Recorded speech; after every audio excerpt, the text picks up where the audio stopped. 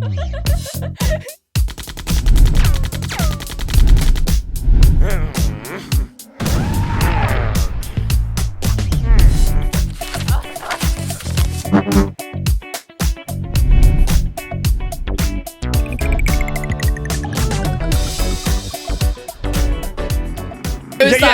shut up. My dad got really concerned once because I just used to play my dolls my own. Well, this is Snow White's funeral. I was like, so she's died. A boggy. I understand. It's got a wee boggy. No, it's beach. And beach, sunglasses, the necklace, the shorts, and the devil may care attitude. Adele wants you back in the box, hen. Adele? Oh, Mattel. He said Adele. I shut up, dick. Idiot. Fucking prick. But he's the most bored one. I'm going to go back to Barbie-land. Hi Barbie, and welcome to the Sorry I Don't podcast.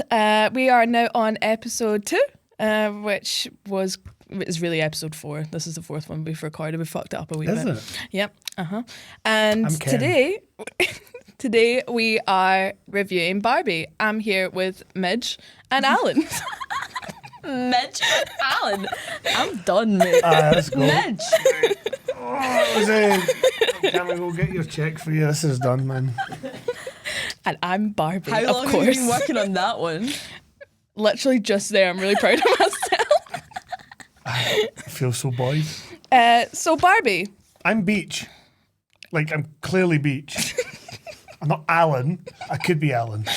Alan is quite shocking in this film. So Barbie came out this year. Did it? And You sure? Are you sure? I wasn't earlier. And is directed by Greta Gerwig. Known for Lady Bird. Yep. What else did she do? Oh, Little Women and a host of other projects that she wrote. And you can really, the reason I'm bringing that up is because I feel like this film is really just like an encapsulation of all of that. It's like such a celebration of what she does as a filmmaker and there. So, yeah. Very exciting. Amazing. So, what did you think of Barbie? I loved it. Well, yes, I loved it. Is it one of my favourite films of all time? No. But it was good. It was a great cinema experience. I'm really glad I went to go see it in the cinema. Yeah. Very fun. No, I really enjoyed it. I thought I was going to really like it because of, I like the director. I like the idea. It was funny because when you first heard of Barbie as a film, I was like, what the fuck are we doing that for? What's the point? And then it felt really cynical. Do you know what I mean? And then it just was like, oh, actually, it's got a good cast. Oh, that's a good director. Oh, good writer, because Noah Baumbach does it as well. The guy that did Marriage Story, that one with like Adam Driver and stuff, like, you know, the memes. Mm-hmm. Good film. Great film. Yeah, so I was like, oh, okay. And then I heard it was like kind of like a satire, kind of, you know, it was, or not satire, that's not the right word, but you know what I mean? It had a message and it was being a bit tongue-in-cheek. And then I heard some of the early reviews, I saw the trailers, and I went, you know what? And then Barbenheimer. See, combining it with the, like, two starkly different films, Oppenheimer, depressing, sad, all about men doing terrible things, and Barbie, which is also depressing, sad, about men doing terrible things. Mm-hmm. But, you know, seriousness, it was just the contrast of both. Just to interject here, do you remember in the group chat where Swanny had been talking about Barbie and Oppenheimer as films and, you know, things that were coming out about them for months? Was like, guys, what's a Barbenheimer? Is this a band I haven't heard of? Did I say that? Yes. No, I didn't. Yes, you did. You did. Don't get it up. Don't get the receipts. I'll just put the screenshot For the viewers. For the viewers. Yeah, I mean, Barbie's been in the works since, 2012? It's been a Amy while. Schumer was originally going to be Barbie. Which I would have maybe been interested in seeing if it wasn't Amy Schumer. So you wouldn't be then. Sorry, I should rephrase it. If it was Amy Schumer before all the kind of shitty things about her stealing jokes and, you know, just being a bit shite came out, that would have been more interesting. Like that era, Amy Schumer, 2012 Amy Schumer, I think they could have actually done something with that. I think it would be a very different film. Very different film. It would be a different film. I just find her annoying. She is just very, I think she got very worse. annoying. That's the thing. At first it was like, oh, okay, she's a bit, okay. And then she did like a couple of films, like what was it? It was like Trainwreck or something she did around that time, which was actually quite good. She was in that, right? Yeah, I watched that. I don't know why. Yeah, maybe we watched it together because I don't know when I watched it either. But I enjoyed it. But Yeah, I loved Barbie. I loved Barbie. It was great. It tied in loads of nostalgia. It was really fucking funny. It Really, was so funny. yeah, really Like, I knew it'd be funny. surprisingly funny. But just like constantly though. It wasn't just like, I thought there'd be maybe Laugh a minute. Yeah, I thought there'd be some really good jokes here or there, as with most films, and Mm-hmm. then just, you know, the other stuff. But there was just constantly jokes, and they've just been really inventive with the jokes and Yeah. just trying different ones and repeating them, and then sometimes things went on a little bit long, but then they'd almost undercut it with like a new thing. Yeah. No, it was great. And then by like the kind of midway point to the end of it, I was like very kind of touched by it. I was fucking greeting my eyes out by the end. I couldn't stop crying. Yeah, you're like me after Titanic. I know. Look, I got teary at points, and I'm quite known for normally getting really upset at these films. But Upset. I'm just generally I'm Not moved. Often quoted getting upset at films, and I can't handle it. No, a little bit. But no, I was sitting and watching it, but I remember being like, "Oh, that's really touching." A wee bit teary, and then I turned to you, and I saw Claude just sobbing, and Abby was just a bit sad, but Claude was actually sobbing, and I was like, "Why am I not sobbing? Am I broken? What is this?" And You're just no Barbie. but do you remember when I came out? I came out, and I was just like. I don't get the ending. I was like Cammy said, "Oh yeah, I really love that." I was like, "What do you think of the kaleidoscope sequence at the end, with all the different mothers and daughters? What did you think of that?" And he was like, "Oh, I loved it, man." I went, "What was it?"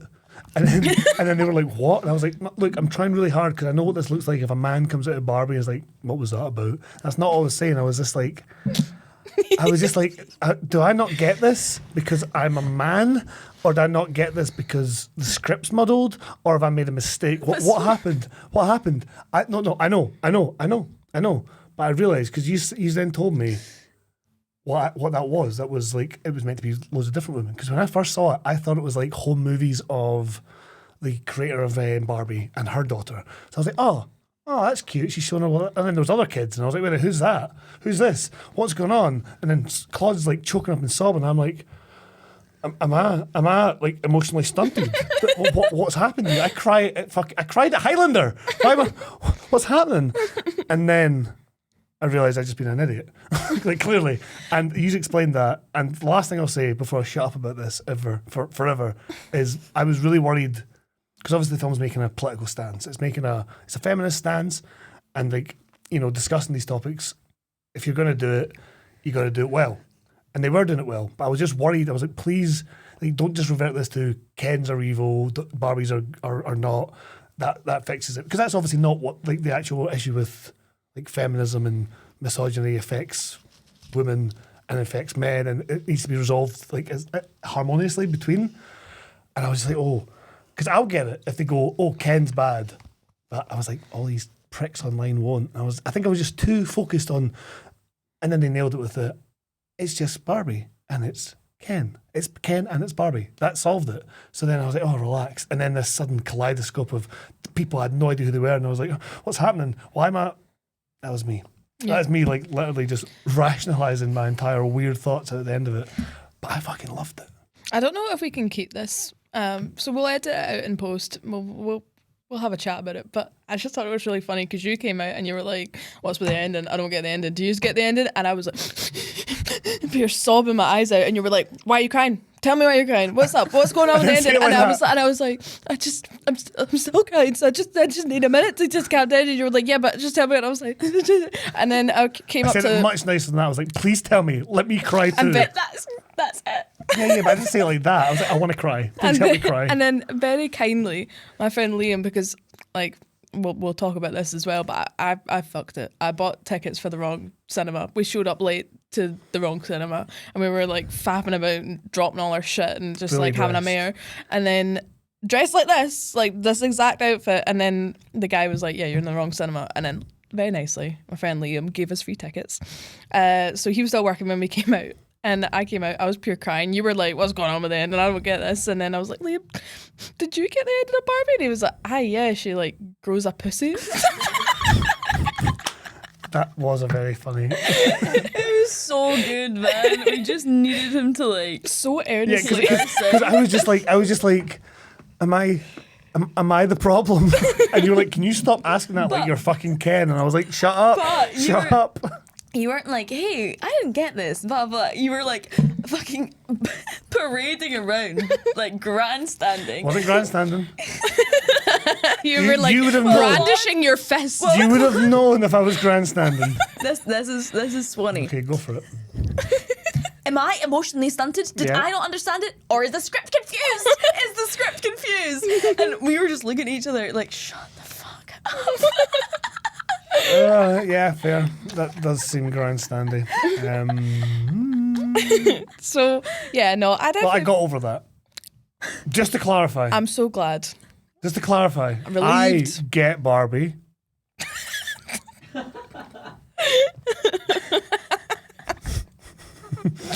So, yeah, no, I loved it. I felt very kind of touched and moved by it. I felt like it was, for me, very kind of reflective of my own journey from a girl to a woman. So, yeah, I loved it.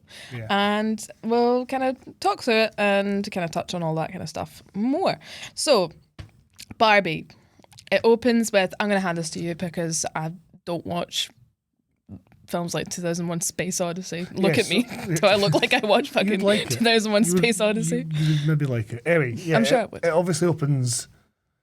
I remember because I think I saw a trailer for that and it was in the trailer and I totally forgot about it until we got in the cinema. And then it opens with the 2001 opening. It's the the big orchestral score, and then you see the planet, and then you see, well, in 2001 it's monkeys. It's these apes, proto-humans, sitting in a desert playing with skulls of dead monkeys. And then eventually that sequence, they use the bones of a dead monkey to kill another, probably an ape, more like an ape, to kill another one. And that's how war starts, and that's the whole idea. Then they throw it up in the air, the bones. This is 2001 Yeah, Space Odyssey. That's how it opens. It shows you how man... It just sounds like Planet of the Yeah, no, it Apes. is. But it shows you how man learns war, because do you know how Barbie's that big, huge obelisk? Yeah. She shows up and all the wee girls look up in Barbie. In 2001, that's like a big actual obelisk that's meant to be like this alien thing that's setting things in motion. Right. But basically, they have war, kill other apes, and they throw the bone up, and the bone turns into a spaceship. And we cut to the year 2001, and then it shows you it's covering a lot of shit, that film. Right. Iconic opening. And so when Barbie did it, I was just fucking smiling because it's like all these wee girls just sitting playing with like babies. It was like, the monologue is there about, girl before Barbie, girls all could only play with being mothers. That was all they could do with their baby dolls. And then Barbie, and then they did the music, and Barbie shows up as the obelisk. I think literally my first note after "Can he see" is because obviously we were in a cinema. So my first note was "Can he see?" Can you see in a cinema? Can like you the see biggest I couldn't screen see. No, fuck off. No. Right. You I can can't see the have page. access to. I can't see the page, and despite that, I can't. Oh, you didn't write that, did you? Can I see? I was just okay. Right. Anyway,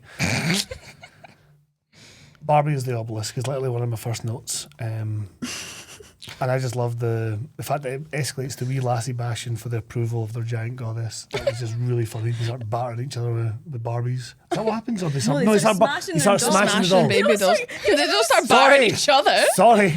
Sorry. Can you imagine if the start of Barbie was Barbie shows up and Wayne's just start Battering each other. ripping That'd into actually each other. With dolls. possibly be a more potent commentary on feminism if they did do that. I would have actually fucking triggered you. Mind that episode where you were talking about how you got like my battered God. with a baby doll? That would have absolutely triggered me. That is what happened.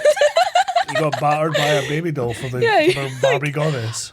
That's obscene. Imagine that happening. And it She did also looked to a you. lot like Barbie. I'll show you a picture later on. Who battered you with a baby doll? That girl in my high school, when I was at the sleepover, we talked about this in 17 Again episode, and Oh, I blocked that out. she was just swinging this baby doll by the legs into like the back of my head.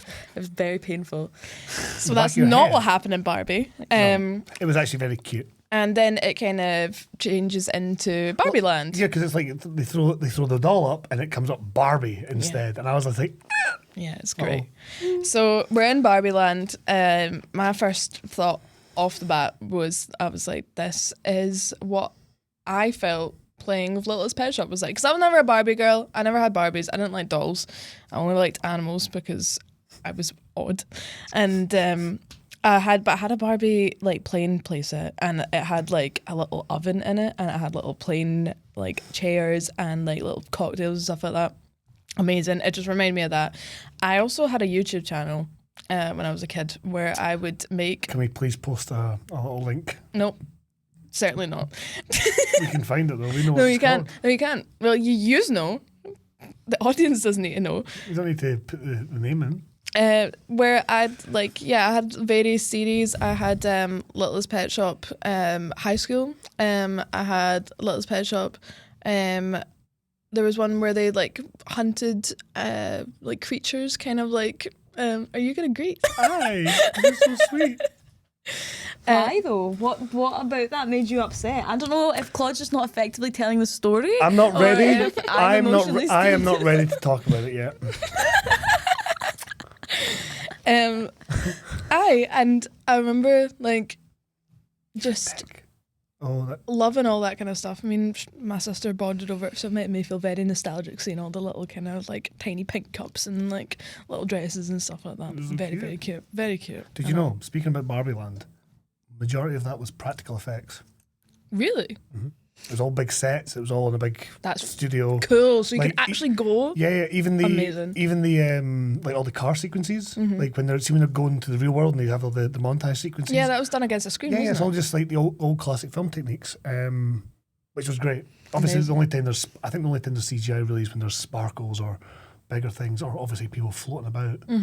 But yeah, I think I didn't realize that when I watched it. I only learned it afterwards, and I was like, oh, that makes a lot of sense why it felt so different and so So there's grounded. like a whole thing as well about But well, how still fantastical. Sorry. things were like made a certain size because it would be like the proportion of what a doll would feel like in the doll's world, and they ran out of like they had a worldwide shortage of this pink shade of paint because they used so much of it Really? painting the set for this, which I think is so cool. That is really cool. It did make me think though, because obviously Barbie-land is beautiful, and I was like, I wish I lived here. And in my head, when I was playing in my Littlest Pet Shops, which aren't Barbies, but were my equivalent, I thought that that's what my worlds looked like, especially when I was making my wee videos on YouTube and stuff like that. When in reality, I know for a fact, because my mum and dad used to tell me off all the time, that I just left anything in the background. So like there'd be like a pack of fags or tampons or my dad's feet in the background, and they'd be like, "Can you stop doing that? Can you find like a backdrop, please? Stop posting your dad's feet on YouTube." You can hear my dad like groaning as he gets out of a seat or shouting at the football. That makes me want to cry. That's so sweet. Yeah, Claude. I I'm had talking like about Claude right now. Can you? We are talking about Claude. Yeah. Talking about Barbie, not Midge. I'm so sorry. what's really funny is I was about to say Please. I had Midge. I had the weird pregnant Barbie. Well, then you shouldn't be insulted. Shut up, please. I look so huge next to you right now because I'm like a bit further forward in this seat. I've also realised for anyone watching the video version of this, I'm pretty sure that anytime it cuts to a wide, I'm being eclipsed by Swanny, which is very funny for the Barbie podcast.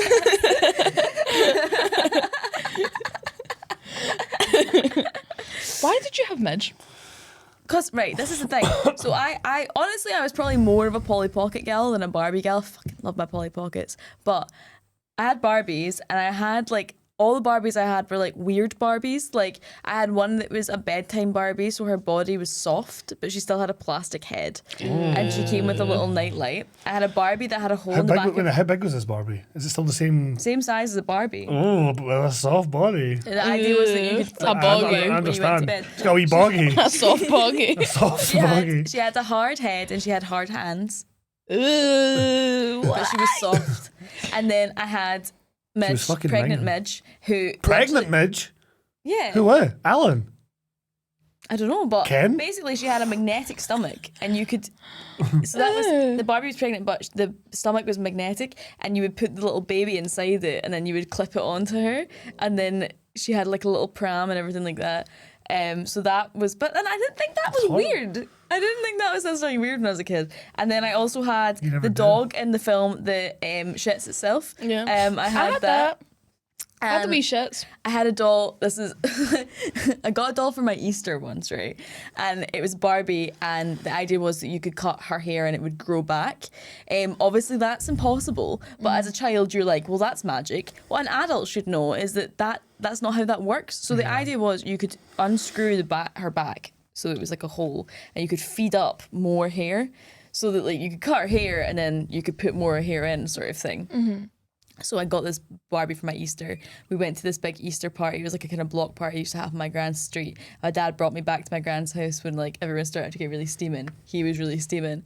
And I was like, can I play with my Barbie? And he was like, yeah, sure. What is it? You like cut her hair and it grows back. My dad just takes a pair of kitchen scissors and just cuts the Barbie's hair off. And I was like looking at it. And like the dread starts to come onto his face as he's like, well, obviously that's not how this works. And I'm like, when does it grow back, Dad? When does it grow back? And he's like,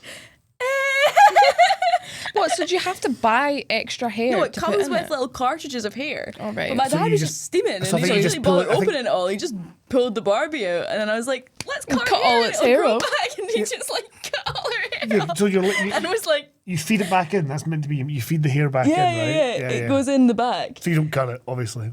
But yeah. I'd have done the same thing.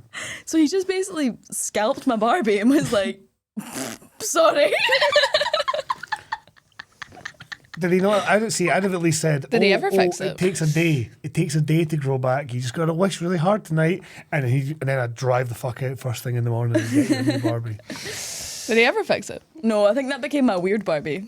Like a weird Barbie in the film. I had this one that had a very sort of funky haircut. That's very sweet. I had one Barbie. That was definitely my weird Barbie because she didn't have any clothes, and I would like bend her so that she would kind of sit like a table, and I would use her as a table. I'd put like cups on her and like plates and That's stuff horrific. from a little pet shop. So I obviously my younger sister Kerry, she had Barbies. I used to like take those Barbies and like display them, like they I'm would so be. glad you said this. Yes, Wait. yes. I did still not. don't know where this is going. I used to basically like hang them from her bedroom door, and she'd come upstairs to go. I'd be like, "Oh, do you want to play with your Barbie?" And she'd be like, "Yeah, just run up." And then the Barbie would be hanging like out my bedroom, out her bedroom window, at my bedroom window, out off her door frame, and then she'd get really upset, and I'd be like, "Ha ha ha!" And now I look back and I'm like, "That was so horrible." To be fair, I used to, that's what I was saying, like your little pet shop world sounded amazing. My dad got really concerned once because I just used to play my dolls on my own. And then he was like, I'll play with you. And then he was like, so what's this? And I was like, well, this is Snow White's funeral. I was like, so she's died. She had a sickness and now she's dead. And these are the other dolls and they're mourning her. And my dad's like, and then the prince kisses her and she comes back to life. I was like, no, she's dead. Like that, she's dead. So my Barbies would routinely fall pregnant, get into car accidents, or die.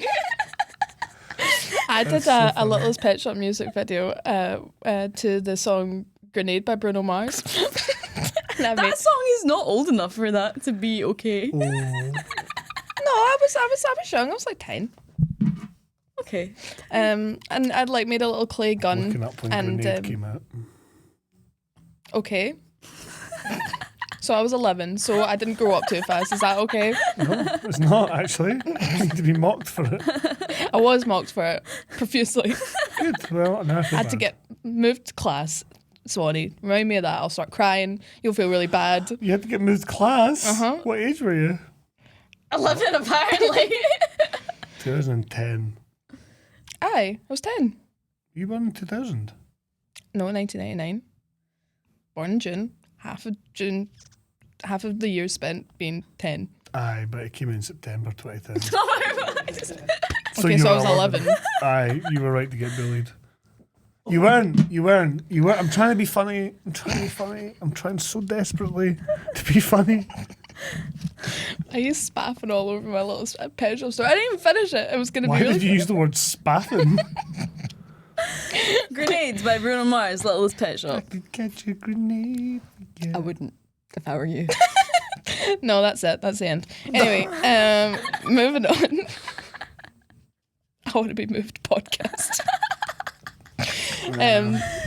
Yeah, so you kind of see all of Barbie-land. You have all these kind of cute Oh, features, for like fuck's sake. So I just spilled water over myself. I'm dripping. Really making that wife beater work for you. It's not a wife beater, it's grey. It's an unwashed wife beater. No, it's beach. And beach, the sunglasses, the necklace, the shorts, and the devil may care attitude. So, unlike what Swanny's just done there by pouring water all over himself, there's no water in Barbie. There's no water in the showers. Whenever she's drinking, she's pretending to drink. She's got like little kind of toaster that like flips and makes her perfect pancakes every day. It's super cute. Well, there's so many good ones. You got like as you say, there's like no water in the shower either. No food, no juice. No juice, but the film's got plenty of juice.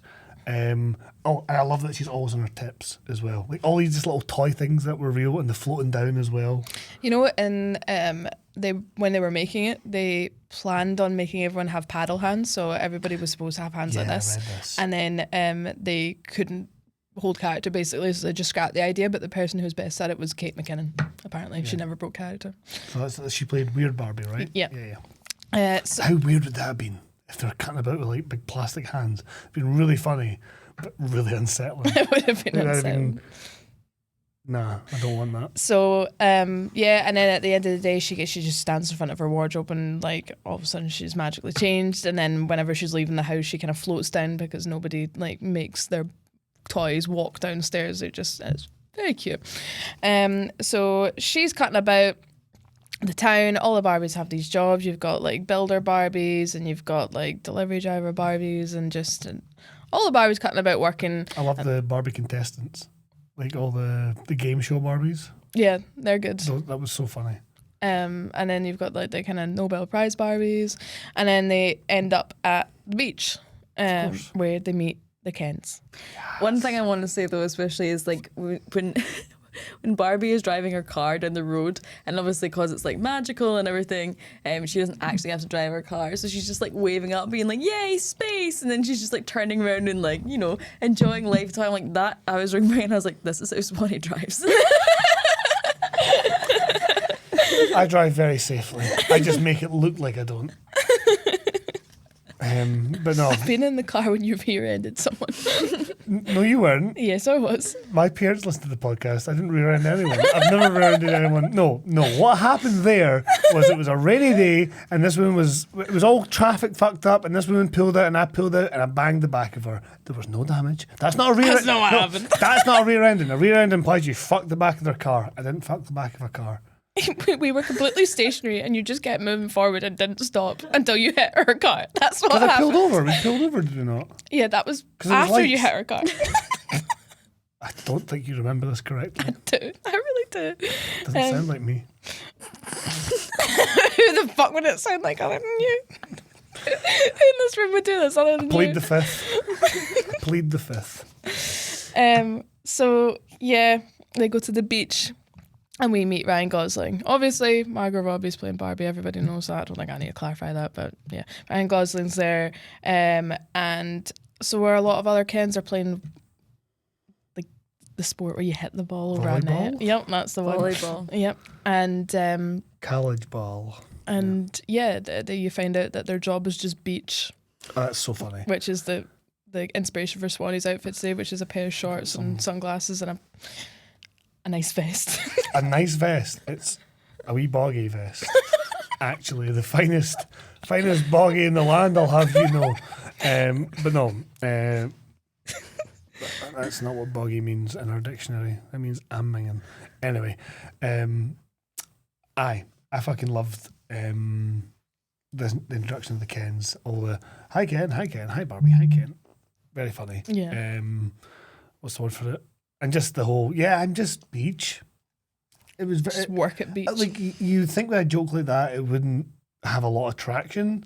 But honestly, I think with the way Ryan Gosling delivers it, the fact that they don't overdo it. Yeah, they don't overdo it, and I think that's comes what's so at good the about best it. They're just like, I work at beach, rather than being like, I work at beach. I saw an interview with Greta Gerwig where she said the reason that she cast them both is because they're so funny, but they're funny in a way that they're not being mean-spirited and they're not making fun of the character that they're playing. Yeah. Oh, that's a good point. Like, they're just so... The entire root of the comedy comes from how committed they are to it. Yeah. Like, it's how much they're buying in that makes it funny. That's actually really good because same with Margot Robbie. Like, we've not even said, she's already off to a fucking great start with this. Like, she's so good. But you're right, it's that self-awareness, but it comes across as not being self-aware, and it just becomes really funny. But you're right, it's not. They're not taking the piss really, or it's like gentle ribbing, unlike what we do here. They're not brutalising each other across the room.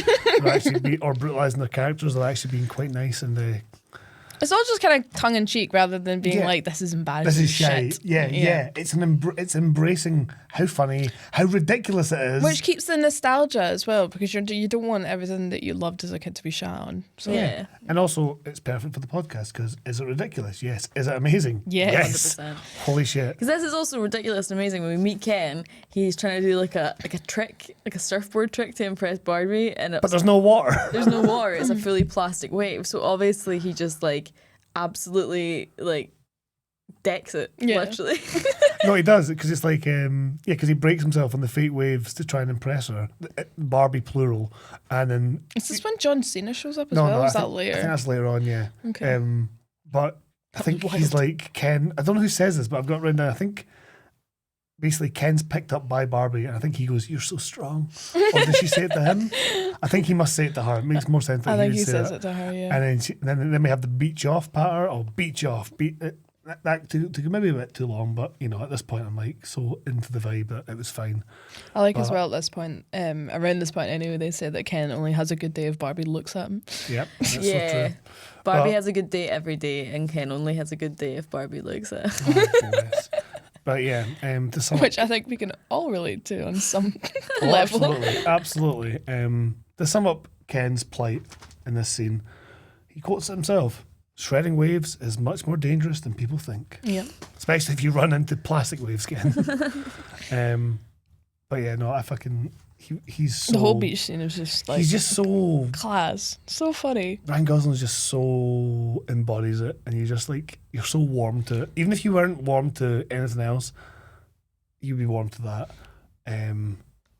But it's such a testament to both of them that they just go hand in hand, and no one seems to overstep the other. I've heard some people try and say that Ken's the only thing that makes it worthwhile, and I'm like, that's not true. Not true. Yeah. Not true at all. But we can't not talk about how good Ken is, just Yeah. because.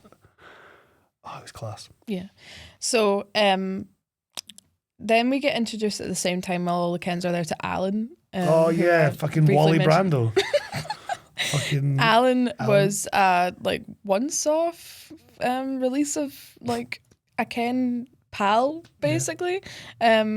Played by Michael Cera, which is just fucking so hilarious. good, such good casting. Do So you know what good. they used to say on Alan's box when they sold them? You know this, Abby, right? No. Is it what it said in the film? Yeah. All Ken's clothes fit him. That's why he says shit like, all Ken's clothes fit me. Because that's how they sold it. It's like, Alan, Ken's friend. Alan All is Ken's like- clothes fit him. Boyd the doll. He is the most Boyd doll I've ever seen. And the fact is, the whole point And is about weirdly- the Ken dolls being Boyd, but he's the most Boyd one. But also, I don't think he gets Boyd the most out of all of them in it though. At at this start, point, at the yes. start, 100%. But later on, they all get Boyd. They all Boyd themselves. Apart from Alan. Alan actually Repeatedly. does the boying. Oh, Yeah, Alan fair Alan turned around and boys. That's what like, this is whole like part of the theme of this film as well is just getting justice for these dolls and how they've been portrayed and Yeah. sold. At this point, Ken's like, "Oh, what are you up to tonight?" And she's like, "I'm just having a small party in my house. So it's got choreographed dance scenes, and everybody's coming over. And do you want to join?" He's like, "Yeah, cool, yeah, no problem." Because he's like, If I can please make can it. I come over tonight? Yeah, no, he's like, I'm just writing, Ken is so silly and buzzing for a night saying hi to Barbie. Well, she's like, I come along, but I'm busy with the party scene. Yeah. And it's a good party scene. Dance, clap, sing. I was, And by this point as well, Ryan Gosling, Ken, it's been established at this point, is very jealous of Simu Liu's Ken, right? Yeah. And that's why they have the beach off and stuff like that, because he thinks that Barbie might go for other Ken. yes. So they go to this party, and I really want to go to this fucking party, man. It So looked Just like class. so much fun. Not only that, but the way that looked is what I think going to Mango on my birthday twice looked like in my head. it did. Did it? Until you look at the photographs. I want to have. There's one particular photo of like Swanny trying to No. like give Claude like a what's it called, like a noogie, and Claude's like dancing. Oh my god, there's so many. But Was I trying to give her a noogie on the dance floor? I think you were trying to like pose for a photo, and you're like, this will be fun. Like, Yeah, I can see Yeah, that. you're like doing that to you're like kind of knuckling my head, and then me and you are both kind of like not glaring, but we're kind of looking cheekily at Cammy across the bar, and he just looks so Boyd. There's also a picture of me and you where we're just both dissociating completely. And then obviously that's where we started the tradition of me sitting in the corner on my own and getting a photo just looking like I'm no there. But that gives me a perfect little segue back to the film, because that's exactly what Ken's like. I just written, we Ken doll in the corner. Just like... He's devastated because Barbie's having a class time and no paying attention to him. Because he had his dance for them, he's like, yeah. Looks over, she's not come with him to the bar. She's now dancing with Simu Liu, if that's how you pronounce it. I'm going to absolutely butcher that. But he's just like charm offensive, and Barbie's probably just like, oh, my pal Ken. No, the weird one. No, you, Gosling. The one that's actually got Riz. Where you doing? But she's nice, so she doesn't say that. Yeah. So they have a whole dance sequence, and that song's class, by the way. Oh my god, it's so good. Yeah. It's so good. The soundtrack in general. The soundtrack a lot recently. The soundtrack's so fucking good. good. See the Charlie XCX song that comes in later. Oh, it's so good. I love it. I just love, because this is the Gosling starts dancing again to try and compete. And Yeah. he's like got his wee jealous rage dance where he's just like trying the absolute most, dancing like his life's on the fucking line. But they're going, yeah, man, one of you's getting fucking. It's like a fucking. Oh, what's that called? It's like Hunger Games or one of those social experiments where one of you's going to get killed at the end of this if you didn't do it right. Right, fucking. It's like that Lummy bit where he does the Tina Turner dance. Yeah, yes, that's what I'm thinking. It's oh my, oh, too loud. Absolutely right. It is. He dances like the Lemmy Tina Turner dance. Bow, bow, bow, bow. Oh, it has to tell. It's not the lyrics, but The nut bush. It's also Schoolhouse, townhouse. It's also very like a New Girl bit where it goes into the fact that Schmidt is like far too like controlling over getting all dance moves correct, and it cuts back to a flashback of him doing the hustle at a talent show, and he's like, you can't be a fat kid who doesn't dance properly, and they're all like jeering him, and he's like, but I went and I learned every single move, and he's like so intensely like doing the dance move, and this little kid goes, no complaints here, fatty. And he's like buzzing. yeah, That was Ken. That was so Ken. Yeah, I don't know what this is reference to, but the vibe is Ken's jerk off and pressy Barbie bits where he's trying to like show off and be all like, I can't remember what he said, but there was a lot of like that classic guy thing. Oh, you're talking to him, Queen? Well, Bajoosh. Hey, do you know what I mean? It was just so funny and so real. Yep. Despite being In a very Barbie-land. unreal world. Yeah. It is does very real. Feel very real. Like Yeah. Ken is at once like every man you know and then every man you hate, Yeah. which is very funny, and also every man you love. He's very representative, Yeah. and it's very funny. Yeah. That's a very good summation of Ken's character and why men shouldn't be angry about the portrayal of them. Absolutely, Because he's we're like that. Because he's every man Yeah, at any given moment. screaming too loudly, scaring Midge next to me here.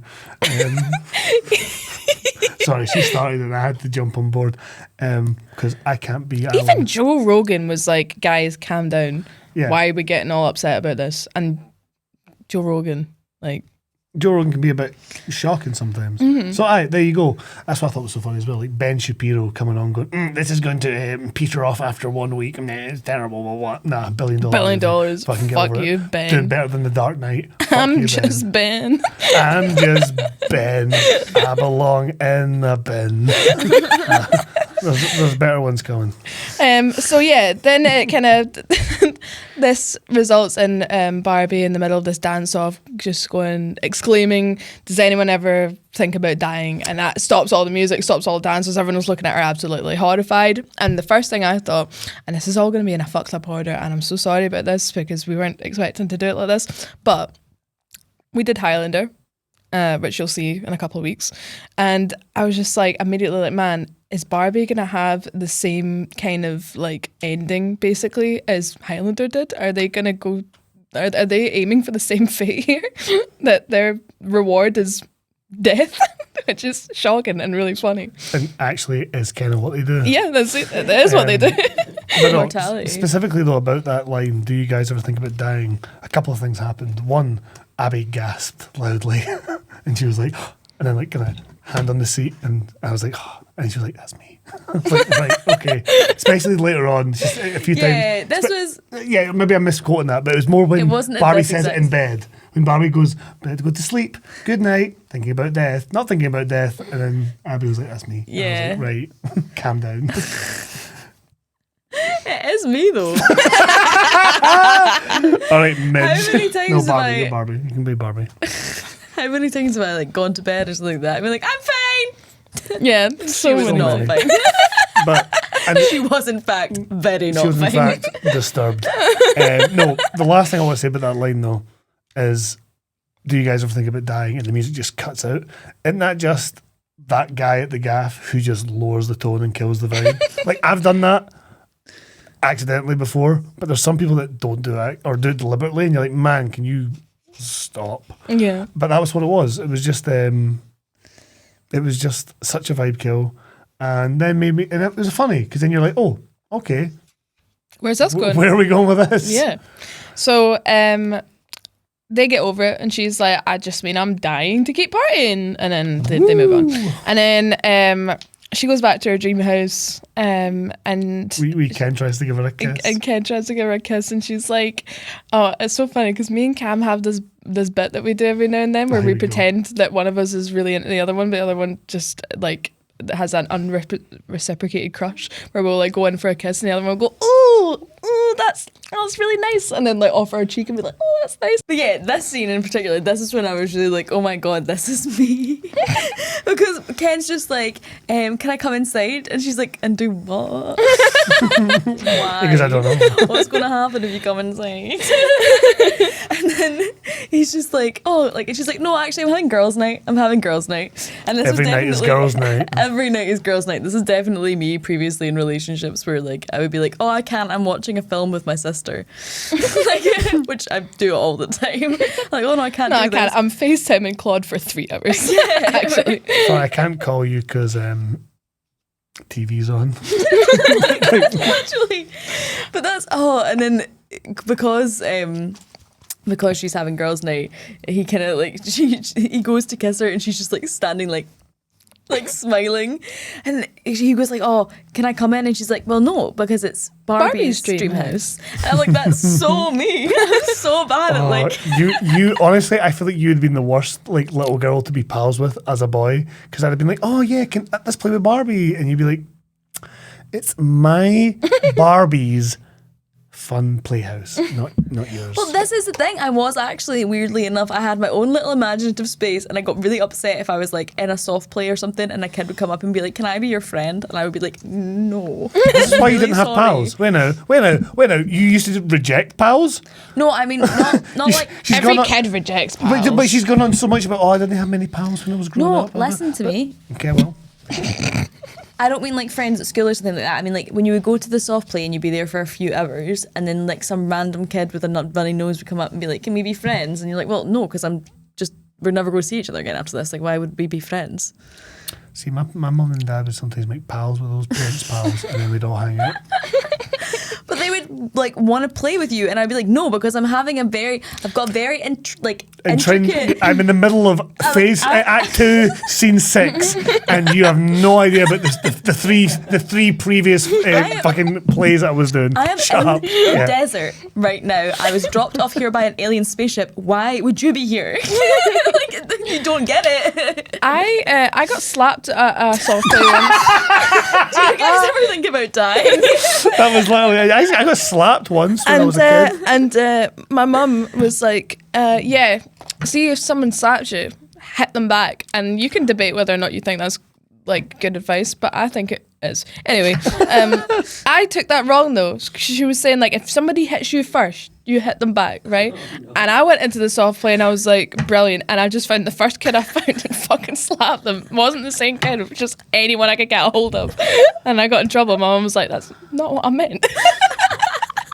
That tracks. That's so funny. Oh man! And that so kid funny. was Swanny. And that kid was actually And that me. kid grew up to be Callum Swan. Think what you do. The one down there is just the slap like deformed my face.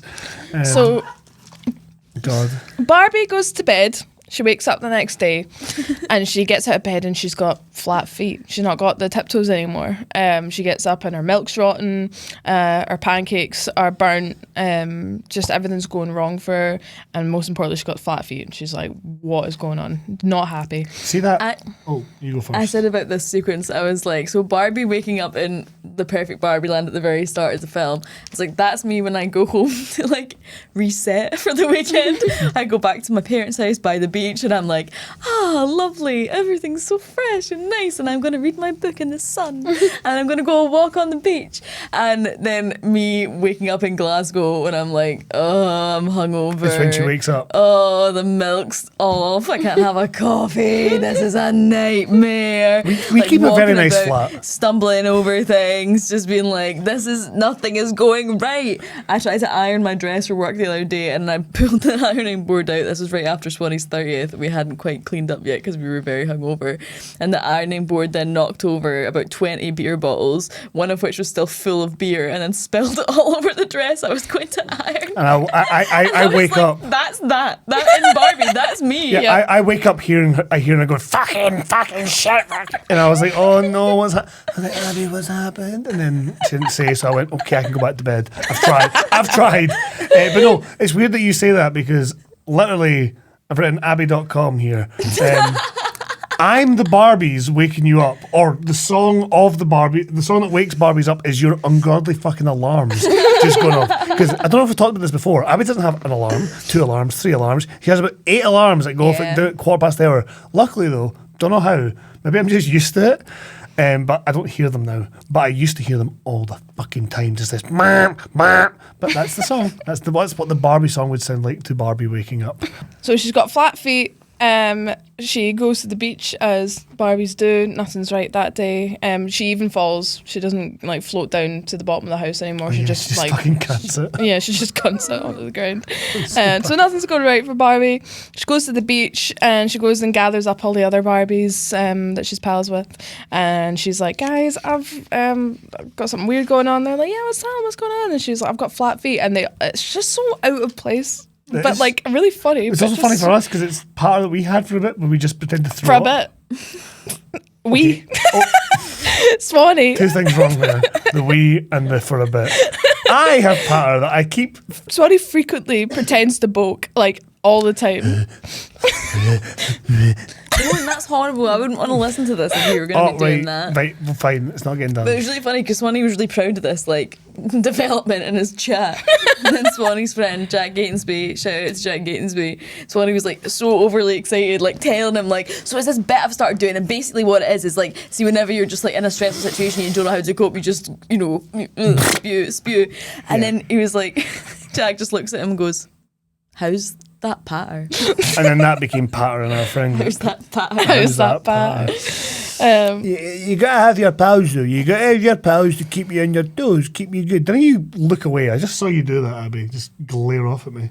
So the Barbies are like, hey, Barbie, original Barbie, Margot Robbie, you should go to Weird Barbie. Weird Barbie lives up in the house on the hill. We call her Weird Barbie to her face and also behind her back. She's a freak. She won't stop doing splits, and she basically sorts out any issues of Barbies that have happened before. And she's like, cool. She goes up to the house. She makes a very funny joke about like how she doesn't understand how women can wear high heels without like natural tiptoes. And she goes up and she meets Weird Barbie, played by Kate McKinnon. Kate McKinnon, yeah. So, because when I heard Weird Barbie was getting announced, I just written down in all caps, who is Weird Barbie? So excited. And I was happy with Kate McKinnon. I don't know who else I would have cast, who else I would have been more excited to see, but I thought Kate McKinnon did it really well. She did do a good job. And also I just love the fact that the Weird Barbie is literally just one that's been played with to death. Yeah. One of the Barbies I still love my sister and then like defaced. I saw a TikTok where somebody had like skinned their Barbie and they were like, this is my Weird Barbie. That's too far. It's very funny though. Imagine a cheese grater. Oh, guys. That's probably something that would have befallen one of my Barbies. That was my, do you ever think about dying moment? I was like sitting with folk once and I was like, do you ever think about, no, I was on Facebook, I posted a thing and I was like just thinking about what it would be like to have my arm grated with a cheese grater. Oh yeah. That was mad. Do you ever think about dying moment? Britney Spears would have been a good weird Barbie, but it might have been It would have been a bit insensitive. shocking though, wouldn't A it? bit insensitive, Cammy. Aye. Fucking Nice one. back in your box, man. I'm so sorry. He's so nasty to Cammy on this podcast. I know. It's actually not right. But it's all in good fun. It's Ryan Mattel Gosling. wants you back in the box, hen. Adele or Mattel. They said Adele. and I I was like, shut up, dick. Idiot. fucking prick. This is already off the rails. Let's keep So, going. she also has cellulite on her thigh, just one. She's got the flat feet. And is there anything else wrong with her? Wrong. Doesn't she smell or something? Oh, she has smelly breath when she wakes up. in the Smelly morning. breath, that's it. We talk right. Yeah. We're talking about Barbie, not weird Barbie. Yeah. I was getting confused. So she's like, right, let's have a look. And then she's like, basically the whole kind of, they have a whole bit. And she's like, look, you need to go and find the wee girl who plays with you in the real world. And Because she's clearly sad, yeah, because she's and that's why you're feeling sad. exactly. And she's like, right, how do I get to the real world? She gives her a map, and it's very funny. It's just like 2D, getting into a car, getting on a boat, going on a camper van. Yeah, it's like, as we say, it's the old cinematic techniques, just like, fucking doing it in front of a screen and moving. Yeah. Oh, it was class. So she's like very not keen on this, which was really funny as well. She was just kind of like, she was like, oh, the whole kind of Barbie universe could be turned upside down if you don't sort this out. And she's like, Yeah, do you great, want- I'll just ignore it and Yeah, then it'll yeah. go away. She's like, do you want to take the red high heel shoe, or you want to take the shoe or the sandal? And she's like, I'll take the shoe, I'm going back. And they're like, no, you got to take the sandal. There's no choice here. It's meant to give you the illusion of free will, but there's not. I thought that was funny. Yeah, as it well. was good. It was a wee nice little play Matrix on it. Yeah. reference. So she goes, she says bye to all the Barbies in Barbie-land, and she leaves. And what she doesn't realise is that Ken stowed away in the back of the car. She didn't want Ken to come because she's just like sick of him, Aye, she's basically. like, who are you? What's up? I can imagine this being used. I can imagine you being like, right, I'm going to go off and travel for a year and like, just like, I'm going to go and find myself. And then Swanny spot a ticket on the same plane. And he's just like, hi. You're like, Hi, Barbie. What the fuck are you here? Aye. I would do that. That'd be kind of funny. So they go all over like everywhere in Barbie-land until they get to the real world, where they end up in California. So it starts off and they're rollerblading in... Do you remember Ken's reason, though, for why he wanted to come over with her? No. But Barbie, what if you need help with beach? Like, What? No, what if there's beach? What if yeah, there's what if, beach? no, but he says, what if there's beach? What if you need help with beach? He says both. Like, he's so ridiculous. Like, And there was beach. and there was, but that's what I mean. There was beach. Buzzing about it. It's so funny. Have you seen? Obviously, that's the first scene in the real world, and they're going past everyone, all the public. That was like the first still photos of the film that came out. Folk made fun of it, obviously. And I remember Ryan Gosling and Margot Robbie talking about it when the photos came out. They're like, man, that was the most embarrassing day of filming I've ever had to do, because we had to be like, yeah, wow, Barbie, and then everyone else is just like, what? And like, obviously they were extras, but there were also just folk there being like, who the fuck's that? And they were like, yeah. It got better when they realised we were film stars, but not much. It's like, So it was real. This reminded me of, remember your birthday, like a couple of years ago, and there was a litany of things that went wrong that day, trying to get ready for this party, which was meant to be a surprise party, but you knew about it. But basically, we had arrived to set up the surprise party late because of car trouble, and me and Swanny were very, very stressed out. And you arrived. We'd booked a table somewhere first. It was a themed party, and you'd arrived basically, and you're like, "Okay, where's my surprise party?" And me and Swanny are like running around inside our friend Rachel's blowing house. up balloons Like- with helium bottles that we'd got like 20 minutes before. Oh, from stressed, sweating, not Sweating. ready. And then I'm like trying to get Swanny. I'm like, I'm doing the balloons. You go and pin. It was like little like decorations for a 70s party, like peace signs and things. I was like, go pop them up in the other room. And he was like, I'm not good at arts and crafts. I can't do this by myself. I need help. She gave me like 100 like different random bits, and I was like, "What do you want me to do with this?" Pins and things to put I up on the didn't, wall. I didn't get what she. I had no idea what she was meaning. I had no With idea. pins I and gave him- wall decals. But I didn't know. I just felt I was going to get mocked if I did it wrong, and I felt like I was going to get done wrong. I gave him. And I didn't want. Honestly, I didn't want to do it. I really did not want to do it. What did you give me? Go I on. gave him a packet of like, they were cut out flowers, like paper and blue tack, and said, "Can you go and stick them up around Rachel's room?" And he had a meltdown. He had an actual meltdown. Well, to be fair, he had a Ken level meltdown. There That's were- not even the story I'm trying to tell, though. There were mitigating factors that made me stressed, and then this little bint would not help it. Oh, why did I say that on the Barbie podcast? Bint's fine. Not bitch. I didn't call her a bitch. She was one, though. No, she was fine. I was a bitch. We were both... I think it was funny because then we were helium ballooning up and one of them popped and we just burst out laughing. Yeah, it was like the. And then you knocked at the door. So I'm like this. I'm like, Swanny, it's Claude's surprise party, man. She cannot be standing outside getting ignored by us. Like somebody needs to go because we were gonna lose the booking at the restaurant if we weren't there. I was like, someone needs to go. Someone needs to deal with Claude. So you had been sent to the restaurant, and I was like, she can't be sitting there on her own. So we sent Swanny dressed like a pimp.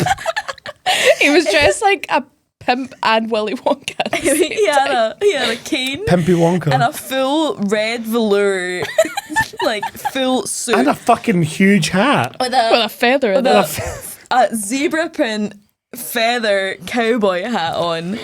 And it was like 20 quid off Amazon. And it was like 20 not- degrees outside, like 25 degrees. It was fucking And Swanny roasting. had to walk the whole way to the other side of town completely on its own. I had to smile. I had to And it smile wasn't looking like a maniac. It was like the 11th of June. It was like not like Halloween or even like a night where there would be like student nights out. There wasn't people who were like in costume with him. No, also it's No, like, I was on.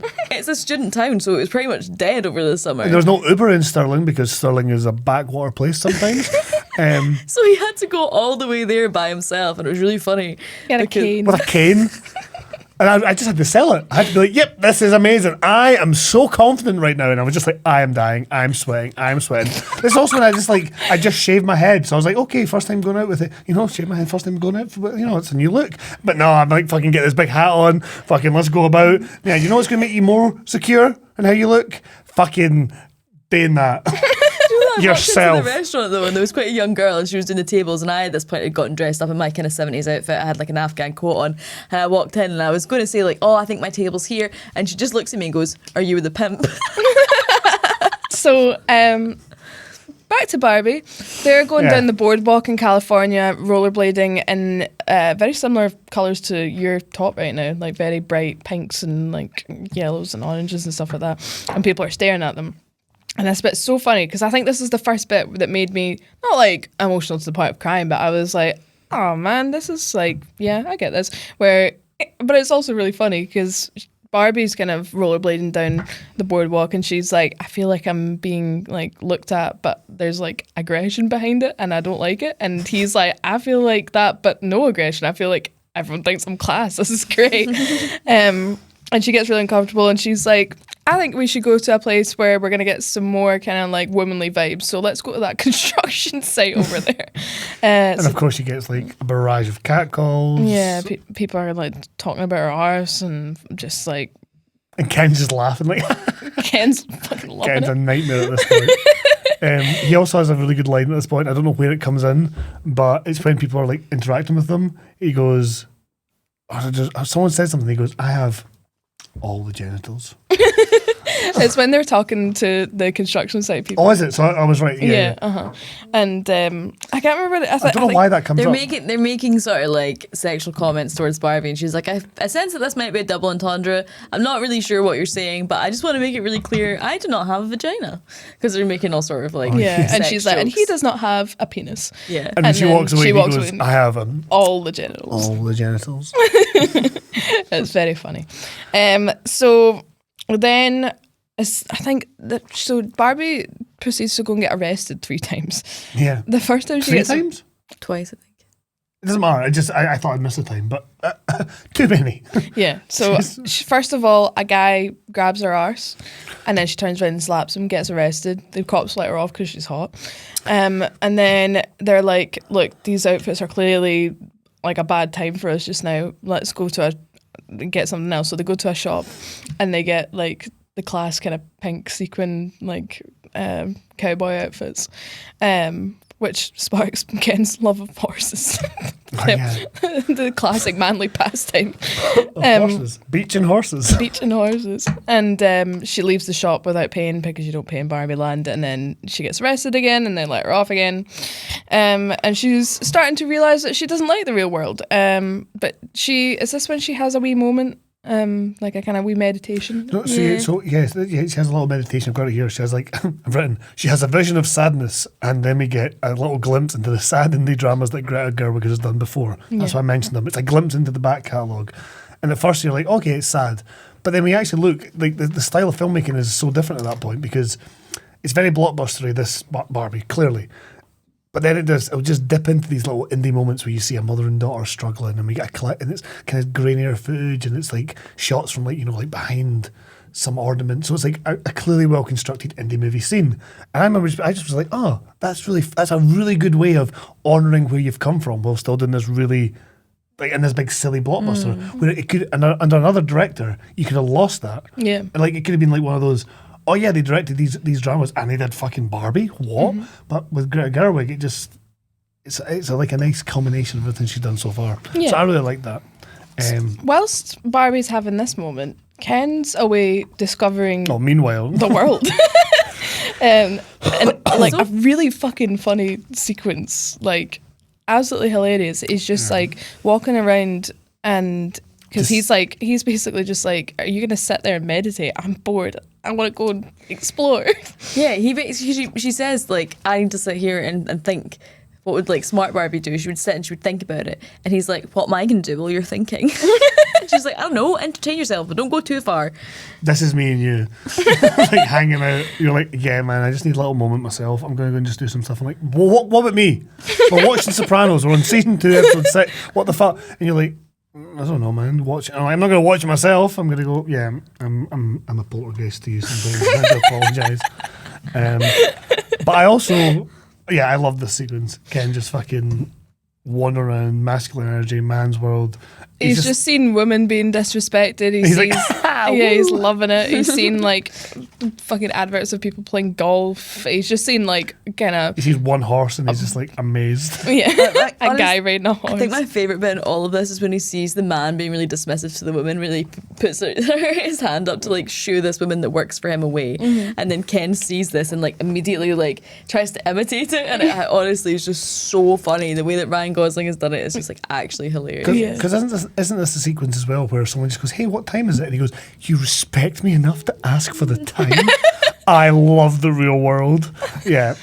And also he's that's also what he sees, because it's all of it. It's when he sees Abraham Lincoln, he sees George Bush, Bill Clinton.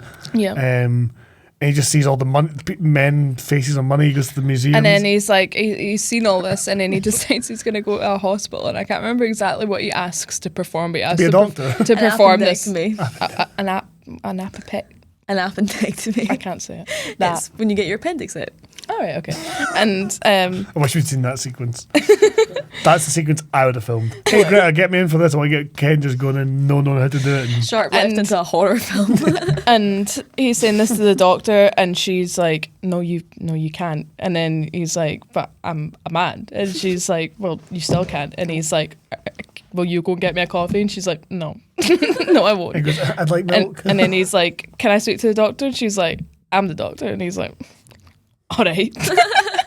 It's shocking. Yeah, it's so funny. But it's so. But what I think is still so endearing about it is that instead of just coming across as a big nasty mean guy, he's just a wee boy. Yeah. He's just discovered something for the very first time. As he says, I just discovered patriarchy. Mm-hmm. It's amazing. And you're like, well, that's very funny. But as a little boy, with that boy mindset, you could totally just see yourself being like, yeah, it's great to be in charge. Especially if you've come from Barbie-land, which is clearly kind of in the opposite direction. But it's funny because it's called Barbie-land. It's fine. I wrote that Barbie going into the real world is like me going into uni. I go from oh, this is class, I get to go to parties every, and I go to my little pet shops and stuff like that, and then I'm like, I just need to sit and think in the snow for 40 minutes by myself. This also we get, before Ken comes back, we get that really sweet moment on the bench. Yeah, oh, it's lovely. That was my that was my most emotional moment of this film. Yeah, I like more agree. so than the end for me. Because basically Barbie meets there's this little old woman on the bench because she's sitting thinking like, what about this world? What's going on? Jesus Christ, this isn't good. And then sees this old woman and she just smiles and they smile at each other and it's like, you're beautiful. And you're beautiful. And it's just... No, she says to the woman, "You're beautiful," and then the woman goes, "I know it." That's it. And it's like, oh, that's so nice. I've actually And it's got- nice because that's what all the Barbies say to each other in Barbie-land as Yeah. well. They all kind of say, "Oh, you look beautiful," and they're like, "Oh, I know, you So, look beautiful as well." Oh, I know. I've actually got a little fact about that scene. And the older woman on the bench is played by Oscar-winning costume designer Anne Roth, whose long and prolific career began in the 1960s. She was 91 years old. This was her first acting role. And she did so many films. But notably for yourself, she did the costume for The Talented Mr. Ripley. That's cool. Yeah. Very cool. She's, what's her name again? Anne Rice, was it? Not Anne Rice. Anne Roth, you just said. Anne Roth. Not Anne Rice, that's the Author. one sec.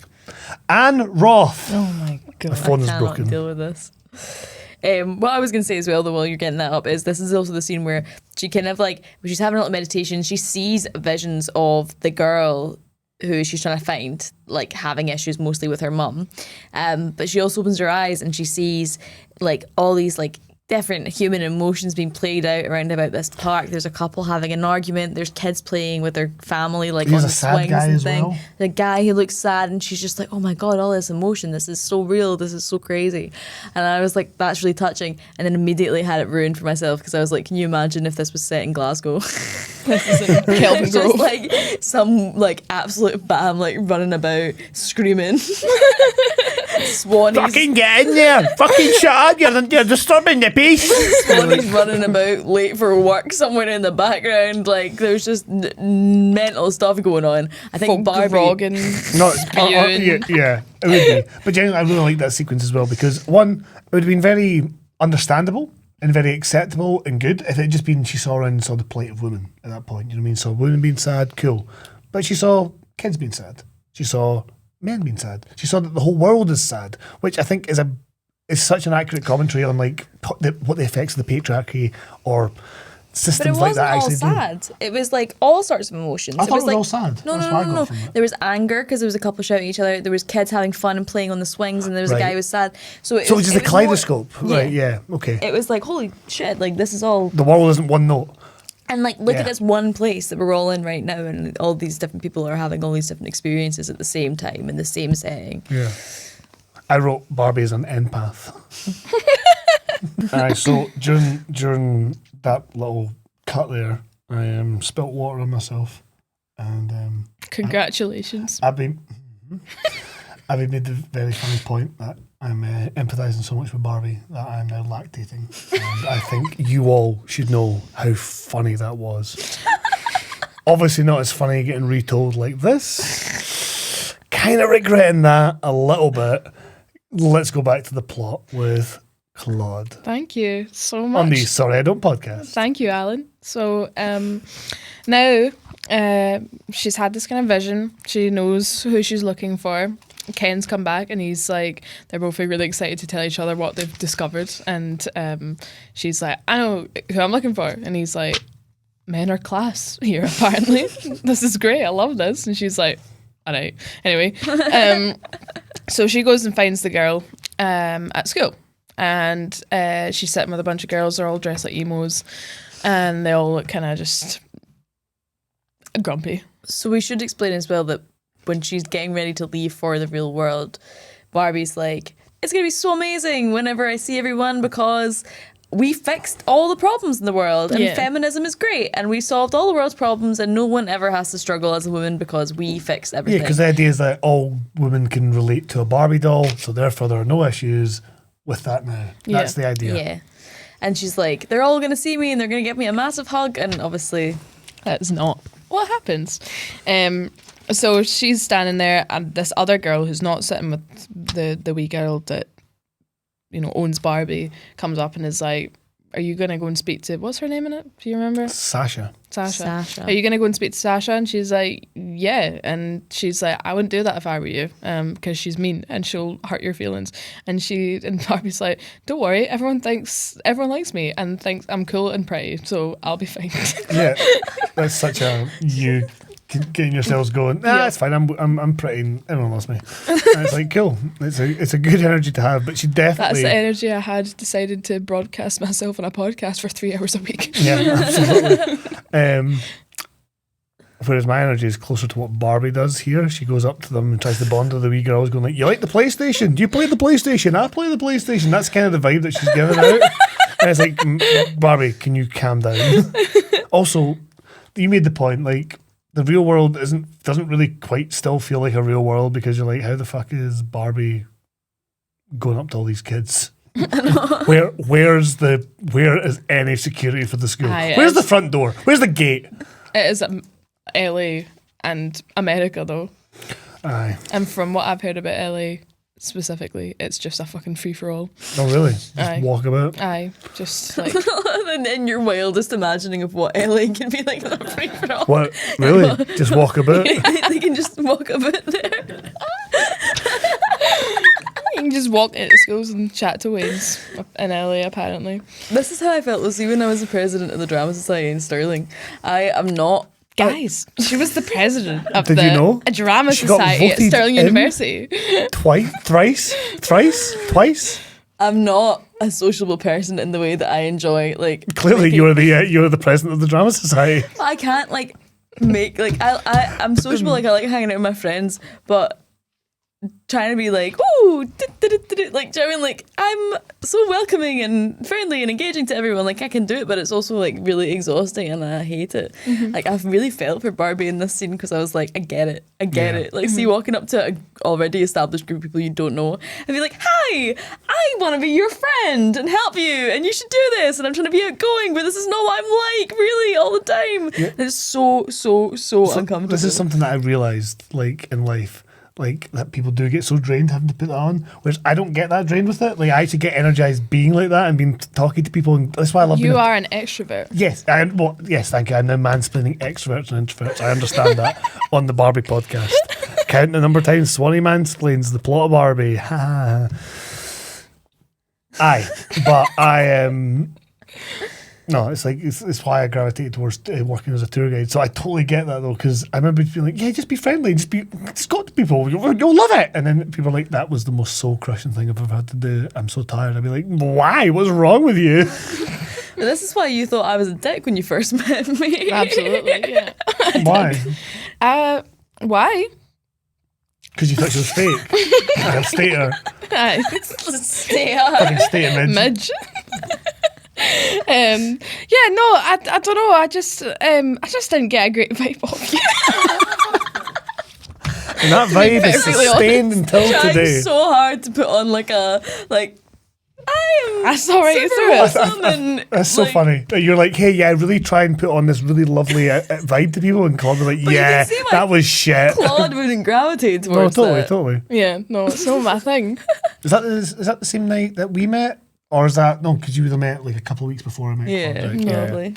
probably. No, I would like to think, if you were going to put a positive light on it, that I saw right through it, because I love you so much. Exactly. Yeah. And that's why we've stayed friends the longest out of Exactly. all the people I've met that night. Exactly. Fuck you. Is that true? Do we want to... No, you're right. Let's go through them all. No, you're right. You're I've got a absolutely. list right You're here. absolutely right, man. You're absolutely right. I'm a fucking. When did you break it off with? Also, Claude is like one of my, 10 friends in total of my life. Being generous. I equate to 2. And so much personality. You're just both. No, that was actually kind of nice. I started getting ready to make fun of you back, and then I was like, oh, that was actually kind of nice.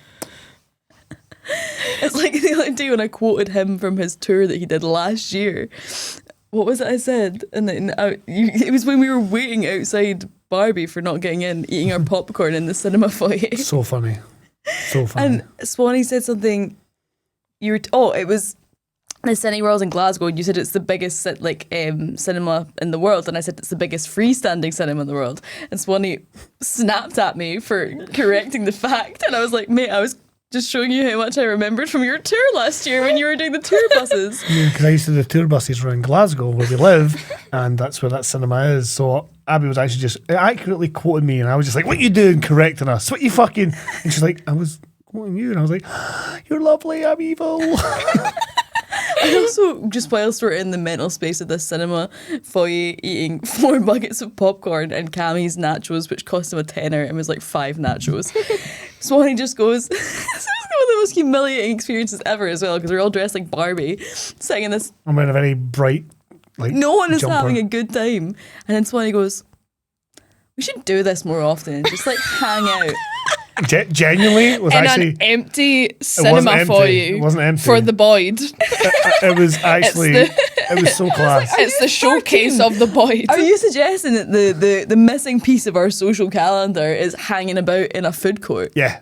I did say that. I was like, are you saying that you want to spend more time hanging out in St. Enix food court? And you were like, yes. That's Yes. exactly what I'm saying. Yeah. I think it was just, other than going out and drinking or doing a specific hobby, there's not a lot a specific hoggy. Right. I can This jump on whole that. thing is a hoggy. Hit me. There's a pat or batter for that one, mate. What's the word for it? Aye, so... But you're also speaking as if you've never went out to dinner before.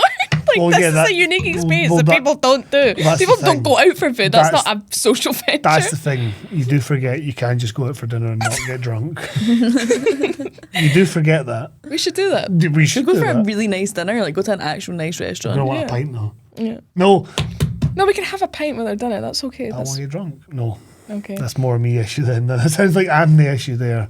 But no, I just was enjoying the vibe. I was like, you know what? I'd love to just hang out in places and eat popcorn more often. And that's it. That actually made me really happy. I was actually buzzing. I was like, this is class. Fuck yeah. Swanny These are like- realises that he likes socialising Yeah, with his friends. they were like, do you want to go drive? I was like, nah. Got 2.5 hours till the next show. And great. I was buzzing. Just sitting there eating my popcorn in the food court going, I oh, can't wait to take you to actual St. Enix food court where you've got so much choice. It's not they just actually- popcorn. What do you mean St. Enix food court? No. Do you mean individual restaurants inside St. Enix? No. No, they have St. a food Enix court. food court. They still exist? Yeah. Yeah, there's one in Buchanan Gallic. That'll be on soon. You though. can get like a chopsticks. You can get KFC, right. McDonald's, Oh, yeah, all in the same, right. all in the same place, same tables. You can get whatever you want. So you can get KFC. I could get McDonald's. Abby can get chopsticks. I But we want can all sit at the same place. I want chopsticks. All right, you can. It's have such a tasty place. them. We can do that. When? Mate, we, That's could the just, we thing. could do this in the group chat. Yeah, this is a little glimpse into the group chat. They say something, I go, wait, you can do a normal thing really conveniently? And you're like, yeah, man. Wait, And I'm this like, is that? What does this mean? Guys, what does BTW mean? never, ever said that. Said things like that, but never that. Come on. So, moving on, finally.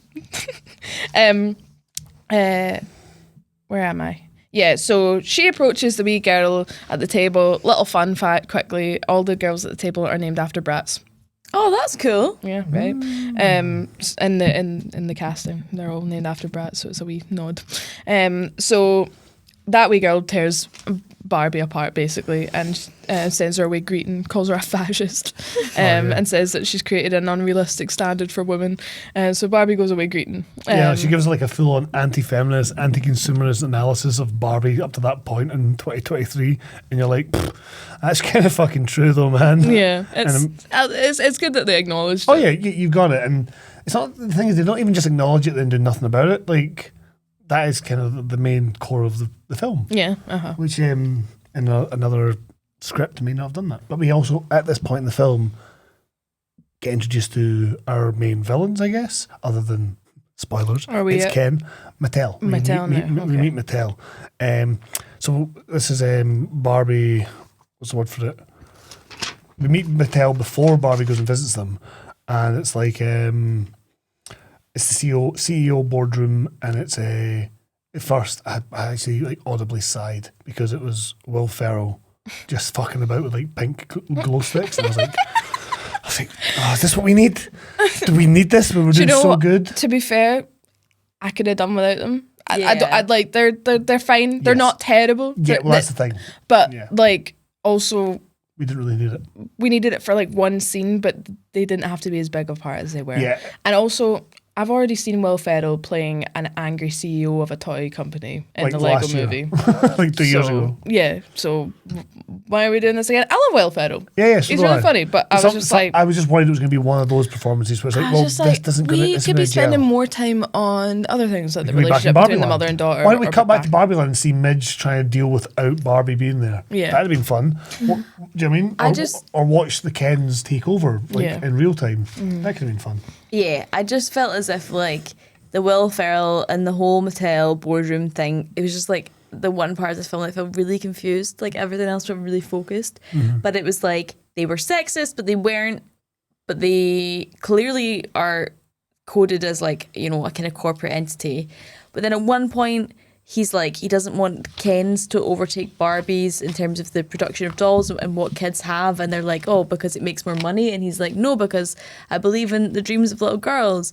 And then later on, he's like, I don't want to make this, you know, like normal woman Barbie because, oh, it's going to make money. I do want to make that. I'm like, what are your objectives? Yeah. I really didn't understand. Like, I felt like if they were trying to say something with these people or if they were meant to represent something, then I didn't really quite understand what was being communicated. I guess maybe. Like maybe that's the point. Yeah, I guess. Yeah, not even that's the point. Maybe it's like I somehow because I do think it's maybe like you're right. It is clearly unfocused and it's clearly a result of various rewrites Feels of like the an script. add-on. Like It's rewrites of a different script. But two things for it that I'll say.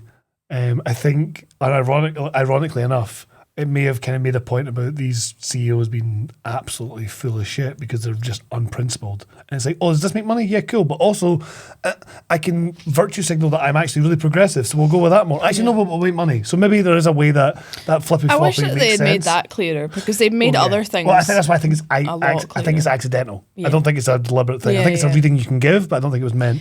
But other than that, the one thing I say about it is I do quite like the jokes that they did keep in, because clearly there must have been hours of fucking Will Ferrell fucking about doing all sorts of shit, which is great. But it's like Jim Carrey when he improvises. You need to cut the fuck down. Oh, it could have been Jim Carrey. And I would then have loved it. I would have ended I'd have my loved it if it life. was Jim Carrey. It'd be much better. That would have if been it was Jim fucking Carrey. shocking. You like him in a series of unfortunate events. It'd Yeah, have been a similar kind of role to that, I think. yeah, but But the point I'm making is, I think the jokes that they did have with him, even though we didn't need that part of the film, you could trim that 15 minutes out right there. yep. I think the jokes were funny enough, and the little interactions with They were funny. They were funny. They were just not necessary. It's Yes, like yes. was this needed? Has this added anything to the overall plot? Not really. No. Like the only thing that it really does is the whole kind of thing Brings about it her back. wanting to meet the CEO of Barbie and thinking it's going to be a woman and it's not. And I feel like Because you number have one, that. we make that point enough throughout like other parts of the film that like women aren't in enough kind of like job roles in the real world compared to Barbie-land. So we didn't also need it at Mattel, or we could have just referenced that quite quickly rather than having a whole like side plot dedicated to it. Totally. And two, it was weirdly for me that joke was kind of heavy-handed in the ways that other ones weren't. Yeah, it lacked subtlety. What joke? Yeah, lacked subtlety. Not where she's like, before I leave and get in this box, I just want to meet the CEO, and then he's like, oh, it's me, and then she's like, what about the co-CEO, and then it's a bunch of guys. And it was quite heavy-handed in a way that other The ones rest aren't. of it isn't. Yeah. And like some of them are like loads of jokes are really heavy-handed, like but on purpose. Like whenever she's like, "Oh, I'm not pretty anymore," and then the voiceover comes in and it's like, "If you want to make this point, don't cast Margot Robbie," for example. Super heavy-handed, but really funny. And that one, I felt like it fell flat, and I was like, I don't think their whole character like existence is worth this joke, which isn't that great. I resented any time that we spent with the characters from Mattel or in the Mattel building because I was just like, I wanted my real world to be more real. Yeah, that was a good point you made. And like, what is the point in showing the difference between if like this Mattel company situation with the kind of dungeon in the bottom where they keep their lower level workers, and this insane and boardroom, the ghost of and the ghost somehow the ghost of like if you actually think about that being in the real world, that the CEO building has the ghost of the creator of Barbie just hanging about in the corridors. They actually make a joke about it, and it's funny. But you're like, this is the real world, man. Yeah, so it felt as if like Incongruous. if we're trying to make a point about how shit the real world is, then don't make it so cartoonish to the point where you're like that. But this isn't the real world, like because you can't like Yes, it's They meant to should be an have. They should have exaggeration, all been but- a lot more kind of dry in their humor and like Yeah. a lot more Well, kind of. I guess the one argument you could make against it is maybe Mattel being the creators of Barbie-land, or Barbie by extension then Barbie-land. Maybe they're like the bridging point between the real sad world. But they just felt as silly as the people in Barbie world did. They were so silly and ineffectual. I think it takes away from the point that like these corporations and the people who run them they are actually dangerous people with a lot of influence and Yeah. not just silly like Will Ferrell playing with. And I get that the point is like sometimes making fun idiots of them. end up in power. Yeah. Yeah. But it's better to actually, Elon if you're going Musk to critique level, it, like, you know, stupid Oh, he's a decisions and fucking things. idiot. But not to say that he's not dangerous. Yeah, Do no, you know what I right, mean? yeah, So yeah, that was you're the right. thing where I'm like, that felt like it was missing for me. Because I was like, if you're trying to make a point like that, why does it feel so well, silly? I guess you Yeah. wouldn't do that because it's I made guess- by Mattel. And Yeah. I get So that that- the film is really silly and it's a comedy at the end of the day and it's about like toys, but it just like it has loads of these really kind of wholesome moments, and I feel like the Because it's not about toys, it's about the idea of what, it's about Yeah, yeah, imagination. well, I know, I'm just- I'm not criticising you, I'm just saying at its you're core. spot on. but like all the real world moments I think should have been equally as funny but just in a different way, you know, less heavy handed, more kind of subtle and snarky and kind of like mean, and that kind of way that Barbie and Ken aren't. Yeah. And I think it would have hit and that was probably my biggest kind of gripe. I think it's with the whole film. only gripe, really. Yeah. And that's Yeah. saying a lot. Like the fact that the fact that the worst part about this film is the fact that it sometimes goes into a somewhat funny Will Ferrell film. It's saying a lot Like, because Will Ferrell's in a lot of bad. Do you know what I mean? Yeah, I think that the biggest gripe I have overall with that is that if you just took out Mattel and just made them like a kind of like throwaway kind of comment or a joke or something like that, you could have had a lot more time with America Ferrera, who is great, Yeah. you know, and developed her character a wee bit more. She could have had More a midge in Barbie-land. All yeah, that she shit. could have had a moment of being a bit more kind of snarky and like fed up and stuff like that, because she's the reason that Barbie is the way that she is and the reason why she's there in the first place, right? And That's if you the had spoiler. yeah, and you could have had her develop more into like being like, no, actually, do you know what? You should feel good about yourselves, and this is what women have to go through and stuff like that, rather than like just because she was almost kind of cartoony as well at points. Yeah, I don't know. I would have done that. A bit more yeah. depth there would have been better. Yeah. Also, it would have just made it a bit tighter. And also, I guess you wanted to have the ghost, the founder of Barbie, but you could just have that when she goes into the building. Yeah, it's just very boring, bland CEO guys, and then it cuts to, and then she finds her. Yeah. But Saying that, I did really enjoy the chase scene. So basically, Mattel are like, we're going to have to send you back to Barbie-land because you're not supposed to be here. And Barbie's like, okay, great. And then she meets them all, realizes none of the women are in charge, and then she runs away. And then they've got a really cool chase scene with a class Charlie XCX song. And it's silly, and I liked it. and as far as chase scenes go, it was a good chase scene. I just liked that Barbie got an action scene without it being like, I don't know, just shite. Yeah, no, I get It was you. kind of cool. Also, Ken gets a great line there. He sees Mattel capturing Barbie and he goes, I can't decide whether to rescue Barbie from the black scary van or get a van like that for myself. And I was like, that's so funny. They use them so well. Yep, yeah. Me? Hi. Yeah, I would. You'd be like, oh no, don't get Oh, kidnapped. Claude, don't get snatched. Nice car. Don't get snatched. Oh, a class car. Though. I should be driving that. No, I shouldn't. Wait now. Be like that. So, in the meantime, Ken's like, okay, Barbie's been kidnapped, whatever. I'm going to go back to Barbie-land and I'm going to tell all the Kens about patriarchy. It's fucking class. So he does that. He goes back and he teaches them all about just like the real world and what men are like in it. So Barbie, she escapes the... She meets Well, this is where she meets the... Ruth Handler. Ruth Handler, yeah. This is where she meets her, and it's very much she enters like this random door. And then there's another little directorial flair that, and another director would have just been very, very ordinary. But Greta Gerwig literally makes this, oh no, this is a weird surreal moment. We're going into this. It's like a dark door. It zooms in slowly. Everything changes, and it's somehow this lovely kitchen. You're like, oh, this woman's. It was kind of Twin Peaksy. And I've written, we're having a wee Dumbledore film, a wee Dumbledore moment in the Harry Potter here, and then I hated myself for saying that. Yeah, I don't even get that reference, and I'm so glad. No, it's when Harry meets Dumbledore at the end in the White Room, and Dumbledore's sitting telling him what's going on when he dies. I've only seen those films, like the older ones, the Last one. later ones. I think I only ever saw them once. Oh, really? Yeah. So she has a wee kind of moment with her, and she's like, "Who are you?" And she's like, basically like, "Well, the plot says you can't know who I am yet." Because that's what I really like. Any juice in this scene with Ruth? No. Well, we'll see. I guess. Any juice, mate? No. So Barbie leaves. Ruth tells her where to go. And then, Oh yeah, because she gets away from Mattel because the lads have no key cards. aye, because she just jumps the fence and just like as a pardon me, as a like just a joke against them. They're all like looking for their key cards rather than just jumping the gate. Yeah. And then America Ferrera, who's the mum of the wee girl And the secretary in Mattel, In Mattel, yeah. like basically kidnaps Barbie.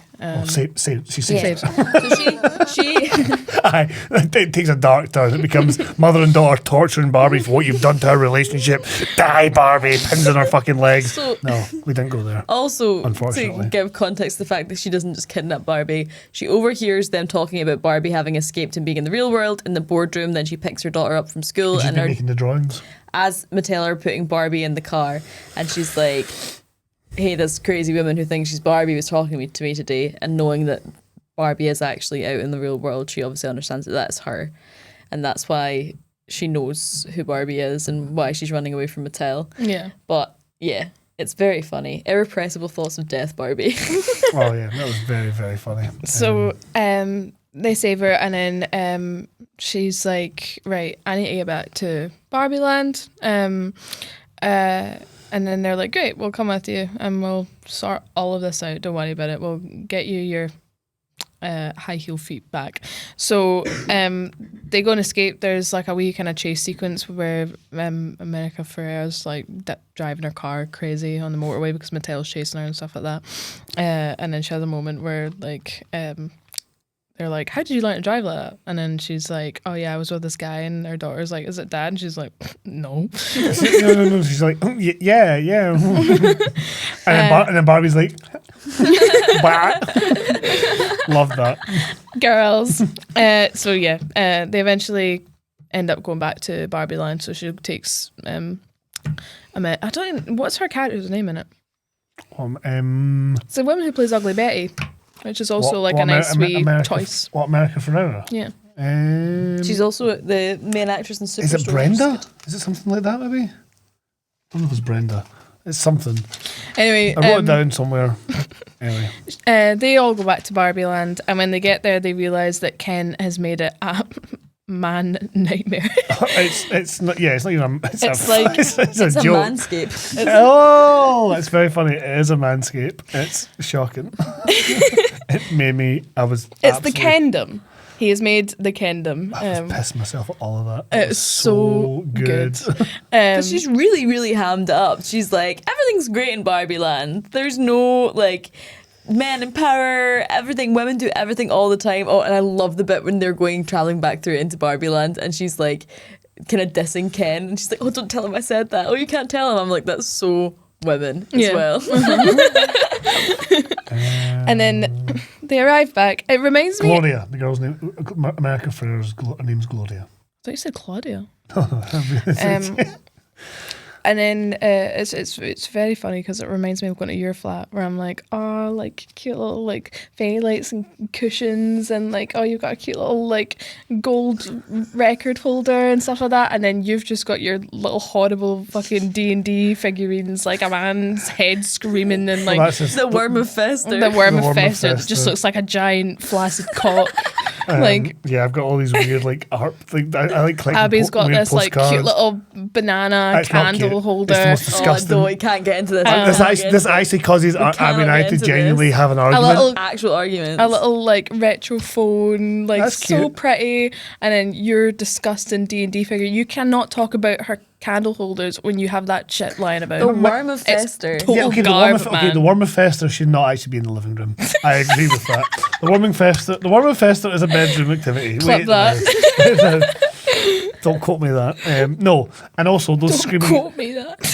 those screaming heads are like they got them in Pompeii. There's something I don't know what they are. I forgot what they were. But those are cool. Yeah. This is your swandom. Yeah. Well, literally, the Abby, the first time we moved into the flat, she bought me like a swan, like stuffed head, not a real swan stuffed head. Can you imagine what a bougie gift? That'd be so funny. But no, it's like a swan's head that sits at the top of my door. So it's literally the entrance to Swandom. So they come back and all the Barbies are like either just like stay-at-home girlfriends or maids now, and they're all just like running about after the Kens. They're all dressed ridiculous. Ryan Gosling's like super tanned, and he's got like A bandana. Yeah, bandana and a big like white fur coat. I know, and there's all Looks obviously. like pimp. It's so funny. So I sent you that meme. There's obviously that meme that came out saying it's a picture of Ryan Gosling in that outfit, and it goes, "Oh, every man that you fucking can't stand is going to be wearing this costume for Halloween." Yeah. I sent that to you guys, going, "Oh, this will be me." 4 people today have sent me that meme, going, "Hey, it's you," and I was like, "Cheers, guys! Thank you so much." And I'd You already. also just recycle your pimp costume. Oh my god, you totally I'd could. also already said I was going to get that jacket because, or and some. I have a jacket just like that. I know you do, but it won't fit me. I've tried. tried it Yes, of course I've tried it on. Work. No, I'm not mental. It was a party. Go into Abby's closet. Yeah, go into Abby's closet and try on your clothes. Aye, that's what I do. Just Norman Swan. Bates. Fucking Wait. Norman Bates over here. I'm just calm. I hate that. It's going to scar me for the rest of my days. So and the whole place is a mess. It's like Do you know what's a mess? they've got like mini fridges with beer. They've got many fridges with beer, and they're all watching sport, and they're all just being like Horses are men extenders. dismissive. Yeah, horses So are men I've got a bunch of extenders. quotes. Wait a minute, where is it? Yeah, horses are men extenders. Barbie girls become Kendom. Was it? Oh yeah, then we meet Ken's Mojo Dojo Casa Casa House. House. Yeah, he's turned Barbie's dream house into the Mojo Dojo Casa House, So funny. which is class because like anytime now in the past like week or two, I've seen anybody being like just like cringe or sexist, even if it's nothing to do with Barbie. People are just commenting like, "Are you stuck in the Mojo Dojo Casa House just now?" Is this where Blink twice. I think this is where we also get that amazing sequence of "I'm Just Ken." Is that where we get "I'm Just No, Ken"? It's, not it's just- later. Oh, is that at the end? That's at the end. It's near It's the at end. the Sorry. So Talk about that later. he's like, "No, every night's boys' night now. You failed me." And then, Barbie has her wee depressing moment where she says, "This is the lowest I've ever been emotionally and physically," and it's something that I've definitely said multiple times out loud. Yeah. This was also that as soon as she's lying like face down and she's just like, "Just leave me here." That's me. That was For that- that hangover. that That was- was literally me. That was after Abby. your That was 30th literally Abby birthday. last night. We'd ordered McDonald's. I was on the phone. I hadn't heard the buzzer. Abby didn't tell me. So I come through going, "Oh, that McDonald's is taking a while." And I find her passed out on the seat eating a McDonald's. And then as soon as I come in, she wakes up and she goes, "I'm not moving." I was like, "Move. Go to bed." And you were like, "No. Leave me here. Just leave me here." It was just like, Jesus. It was very funny. So I was watching it and I was like, I have literally said this. Like I was lying face down in my mattress after Swanny's like party, and he was like, "Hey, do you want to hang out?" And I'm like, "No." And then I don't even look up. I'm just like still face down. I'm like, "No, thank you. I'm watching TV on my phone alone." I kept checking in throughout the day. Like, "Hey, do you want to do something?" Yeah, maybe later. All right, cool. I kept checking in, and I was getting very much the impression that this was not going to be a hanging out, fun Swanny and Abby. That was a fun night. Let's watch this a TV show. No, this was Abby's needing time herself. To be fair, you had a very fucking mental week at work. Yeah, it was that mad. had built up, and then suddenly you had to also manage my emotions going in towards my 30th birthday, where I was like, "This might be shite. I'm late. I'm running late. No one's going to show up." Ian the Fuck this. Magician's no coming. Ian the Magician's patched me. No, and I patched him. I actually feel so bad for patching Ian the Magician. If you're out there, Ian the Magician. I did it for your 31st. That's even funnier. Yes, would be yes, hilarious. yes. Well, that's the thing. Now that the 30th party's out of the way, I'm very confident in just getting other parties going. And You can hire a hall every single year. why not? Bah. Be fun. Anyway, Ian the Magician. Oh my god! Next year should just be an actual magician show, or like a what do they call it? A variety show, variety performance. And I'll come in between every time and be like, "Okay, another song, another improv song from Swanny," and he's all Just like- he's all sigh. Anyway, Depression Barbie. We were talking about her. So, yeah, and then eventually she's just like, no, forget it. If I just stay here and I don't move, maybe everything will get better and I don't have to do anything about it. And then we get like a moment where the Ma, Gloria, right, Abby was like, the Ma, Gloria, shows up and is like, right, time to give a pep talk. And I was like, okay, here we go, the classic pep talk. Okay, let's do it. But then she just fucks it, and Barbie just gets more depressed. I don't know what she says, but I just written it. Tries to give a pep talk, fucks it. Depression Barbie underscored. But ultimately, I think she does convince her. Her and the weird Barbie, I think, convince Barbie that she needs to go back to the real world and fix things. Is that correct? That's not even what happens in the film. No, it doesn't. She doesn't go back to the real world. No, she doesn't go back to the real world. Oh no, I'm getting confused. It's because Alan wants to leave Ken World. That's what it is. I've misread my notes there. Ignore me. I was like, yeah, that's a different film. Yeah, they cart her off to the weird Barbie bit, and America Ferrera has this amazing speech. That No, sorry. No, I've realised what I've done now. Are you interrupting America I am. Ferrera's amazing No, speech because about feminism we're missing and being yourself? Yes, I am, and becoming a woman because we're missing and the our rogue. issues you have to go We're across missing as an a entire woman. sequence. Yes, because America Ferrera fucks it at first, Depression Barbie.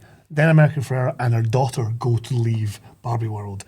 As they're leaving Barbie World, Alan is snuck into the back of their car because he hates Ken World even more than Barbie World. And then they get stopped by like some construction worker Kens.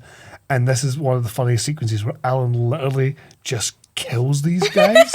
Like, he's doing a bit where he strangles them and goes, shh. Yeah, with a shovel. With a shovel. Suffocating them with the shovel. Crushing his throat, man. Like, how do you even kill a doll? Right? But he does.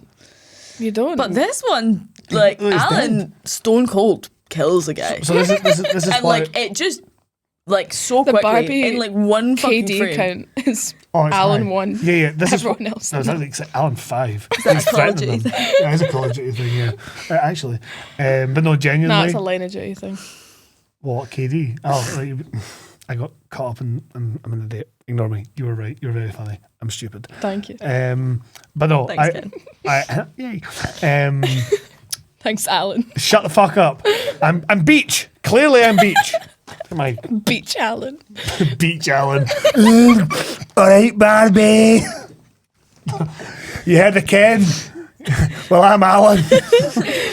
Anyway, Ken this. Ken this. No, so that's for me when Alan kind of became my standout rogue for the film. Yeah. I mean, Yeah. Ken could be the rogue, but I guess again he's maybe more the villain. But Mattel's the villain, so maybe we'll talk about that at the end. But Alan being this was so roguish. Yeah. But then also, the reason I also jumped in is because you're missing the whole reason why she then gives this speech. Because her daughter, Sasha and Gloria, connect in the car about both being wee goth freaks when they were kids. Yeah. And then she's like, why do you pretend not to be like, why do you pretend to be like that? And she's like, I don't know. What do you And they actually reconnect while Weird Barbie looks after Depression Barbie. And then we get the monologue. Yeah, so apparently Meryl Streep said that she was jealous of this monologue. So really? America Ferrera was like, oh, I wish I could do that monologue. It's a great monologue. And America Ferrera was like, okay, cool, no pressure, no pressure. Don't tell my boss that. Don't tell the producers you want to play this character because they will definitely let you.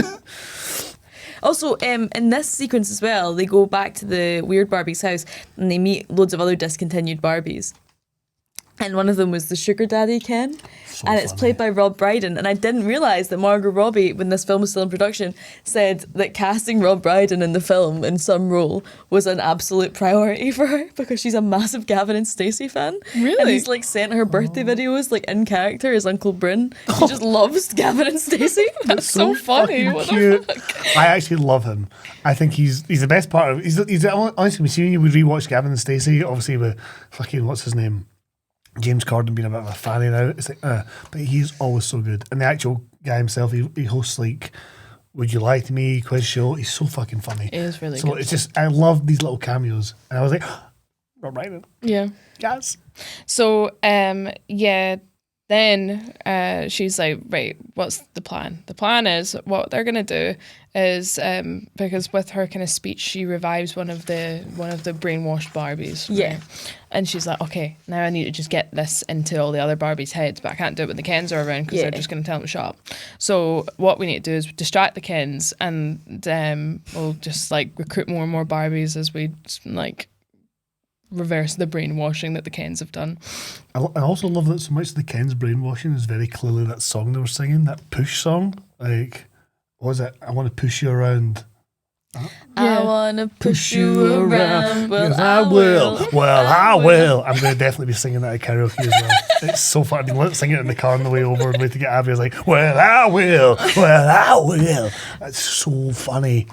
But yes. So yeah, they just keep like the way that they Well, it's a heist movie. distract all of the Kens is so funny as well, because they keep just like doing that thing where you're like, can you show me how to use a computer? I don't know where the space button is. Oh, you're so cute. Yeah, of course I can. Yeah.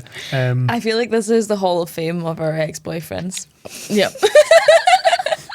The way that they're dressed as well. I don't even know the way they're dressed, but the specific things in which they're like, to be fair, maybe that's unfair to some of them, but like there are so many, or maybe not ex-boyfriends, but guys who have tried to Yeah.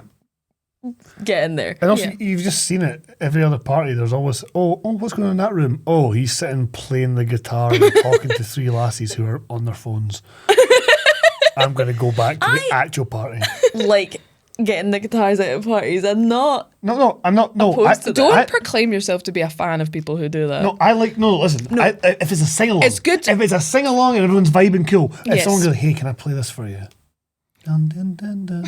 You're my wonder. What? Yeah, pish. Yeah, shite. somebody gets out their ukulele, starts playing Skinny Love at the gaff. Nobody wants that. Did that happen? No, but that's what That's did such it. a vibe.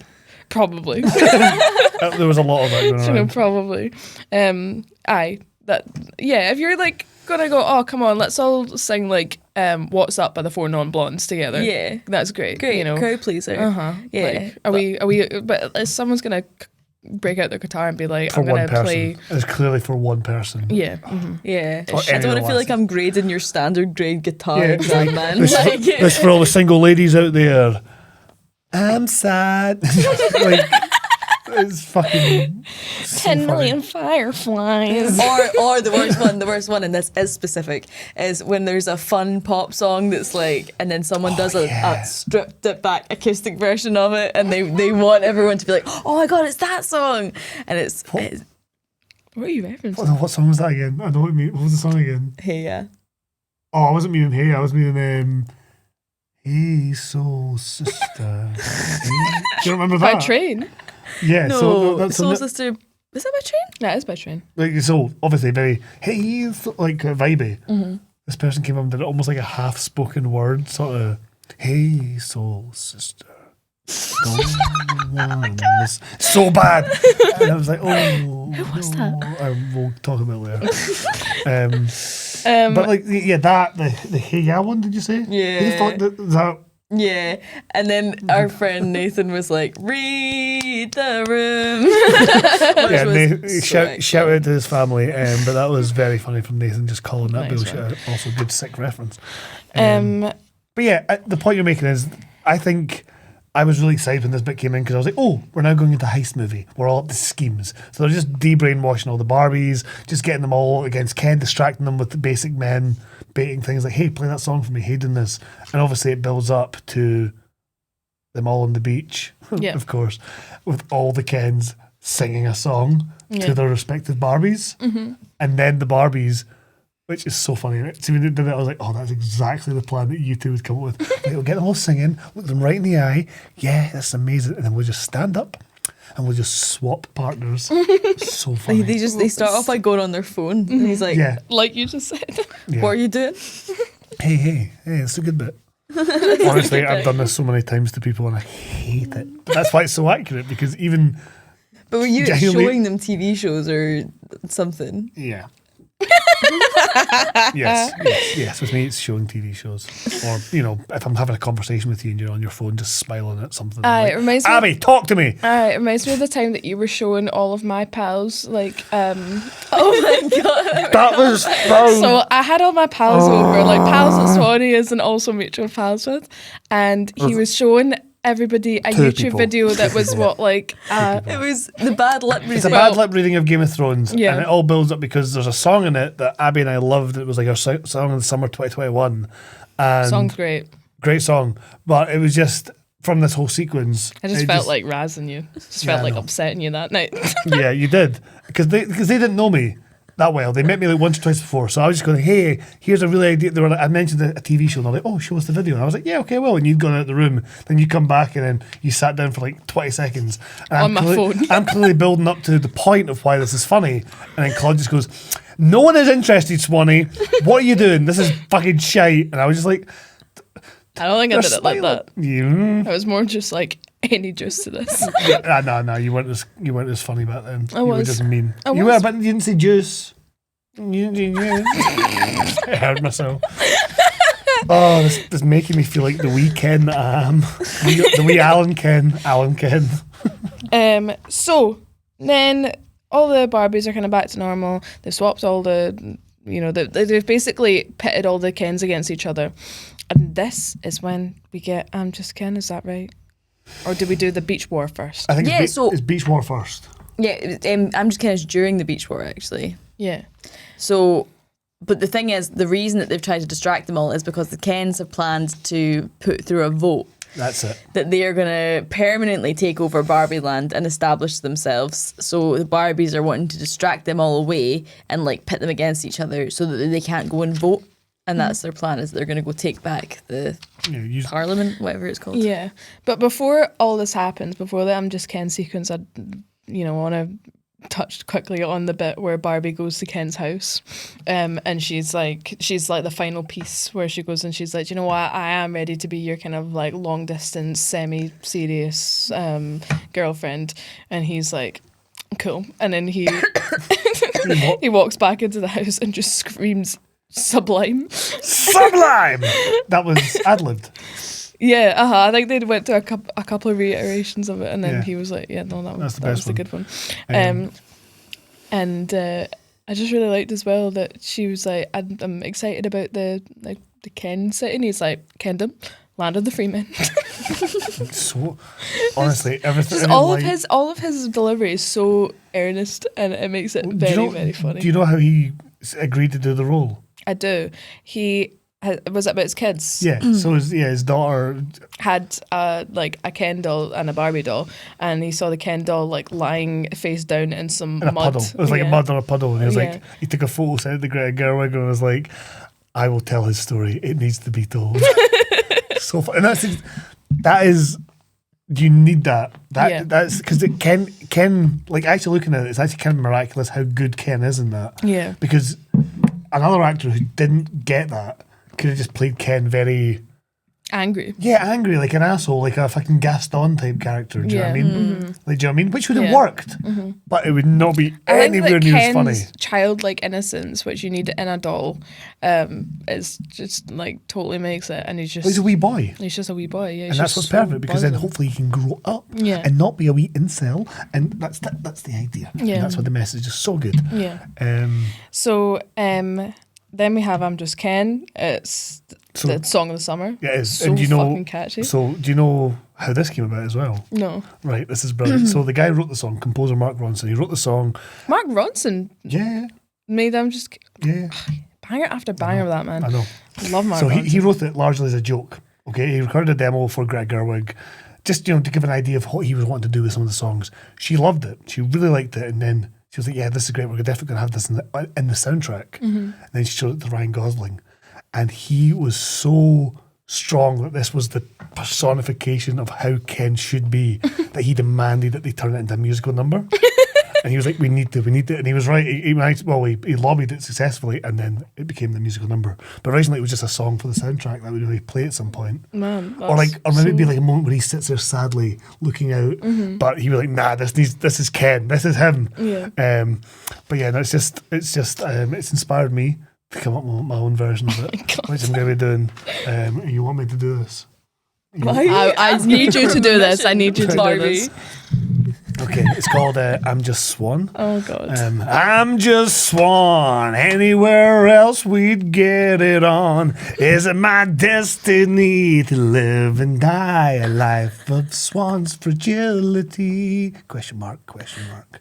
I'm just Swan. When I say love, she says, get gone. What will it take for her to see the swan behind the man and fight for me? You're welcome, everyone. Check out Karaoke Cosmopol Saturday night where I'll be trialing that out, getting that gone. Oh my God, Abby's finally crying at Barbie. And it's me. Mate, and it's Ken. You did this at your 30th, but you were like 20 pints in and you were singing Hakuna Matata, and that was fine. But you've written this down and soberly, actively decided you were going to do this on record. I love how I don't even worry about that. I'm more worried now about the Hakuna Matata. I deliberately did not sing the Hakuna Matata bit. I sang the "It means no worry" in that voice, and then because it was Patter, and then realised no, yeah, shut up. I realised all that, and then I went, we're not singing Hakuna Matata though. I was like, we're not singing the chorus. Mind boggled. Everyone there except for me, Claude and Abby. Only people who knew about this joke. Yeah, but it was kind of funny. But yes, no, I did come up with that. I came up with that right here. Like, By the way, just Not a lie. No, just for- Text me. I this wrote it. morning. I wrote it. I wrote it. Sorry. Right here. Okay, that's not the same as coming up with it. Yes. just for the listeners, the Hakuna Matata joke is not a joke. It's not Patter. It was just him singing it. I don't want anyone to feel left out because they weren't sitting here watching Highlander listen to him sing Hakuna Matata. We were. And Also, you're not missing out on it. please, you just heard it. Check the link below on if you're watching this on YouTube. You'll have my version of I'm Just Swan on Spotify coming out the same. You won't, but it'd be very funny if you did. Cammy, can you get that done? Oh, can we record it? Cammy, do you have Record it in the studio like a Live Aid album, like I'm and then a bit. Just Swan. Oh, we can do backing vocals. We can harmonise. Guys. So funny. This all culminates the musical number with the Kens having a fight on the beach. So funny. It's so funny. It's So so many good. cameos. That's when John Cena shows up. Right. I think. I think it's No, earlier. he's a mermaid. He's a mermaid. Oh, is he earlier on? Yeah. Because it was what's her name? Dua Lipa. Dua Lipa and him playing. And then when we come back into the fucked up version of Barbie-land, It's she's John like serving Cena. him a brewski. All right, cool. So yeah, we all have a kind of scrap on the beach. It's very funny. I love that. And then Again, all practical. Like so much of it was practical as well. So they have the fight on the beach. That ends, and then they're like, "Weren't we supposed to vote today?" And then all the Barbies have went whilst they were fighting on the beach and voted that Barbie stays Barbie-land. So it's all fine, it's all good.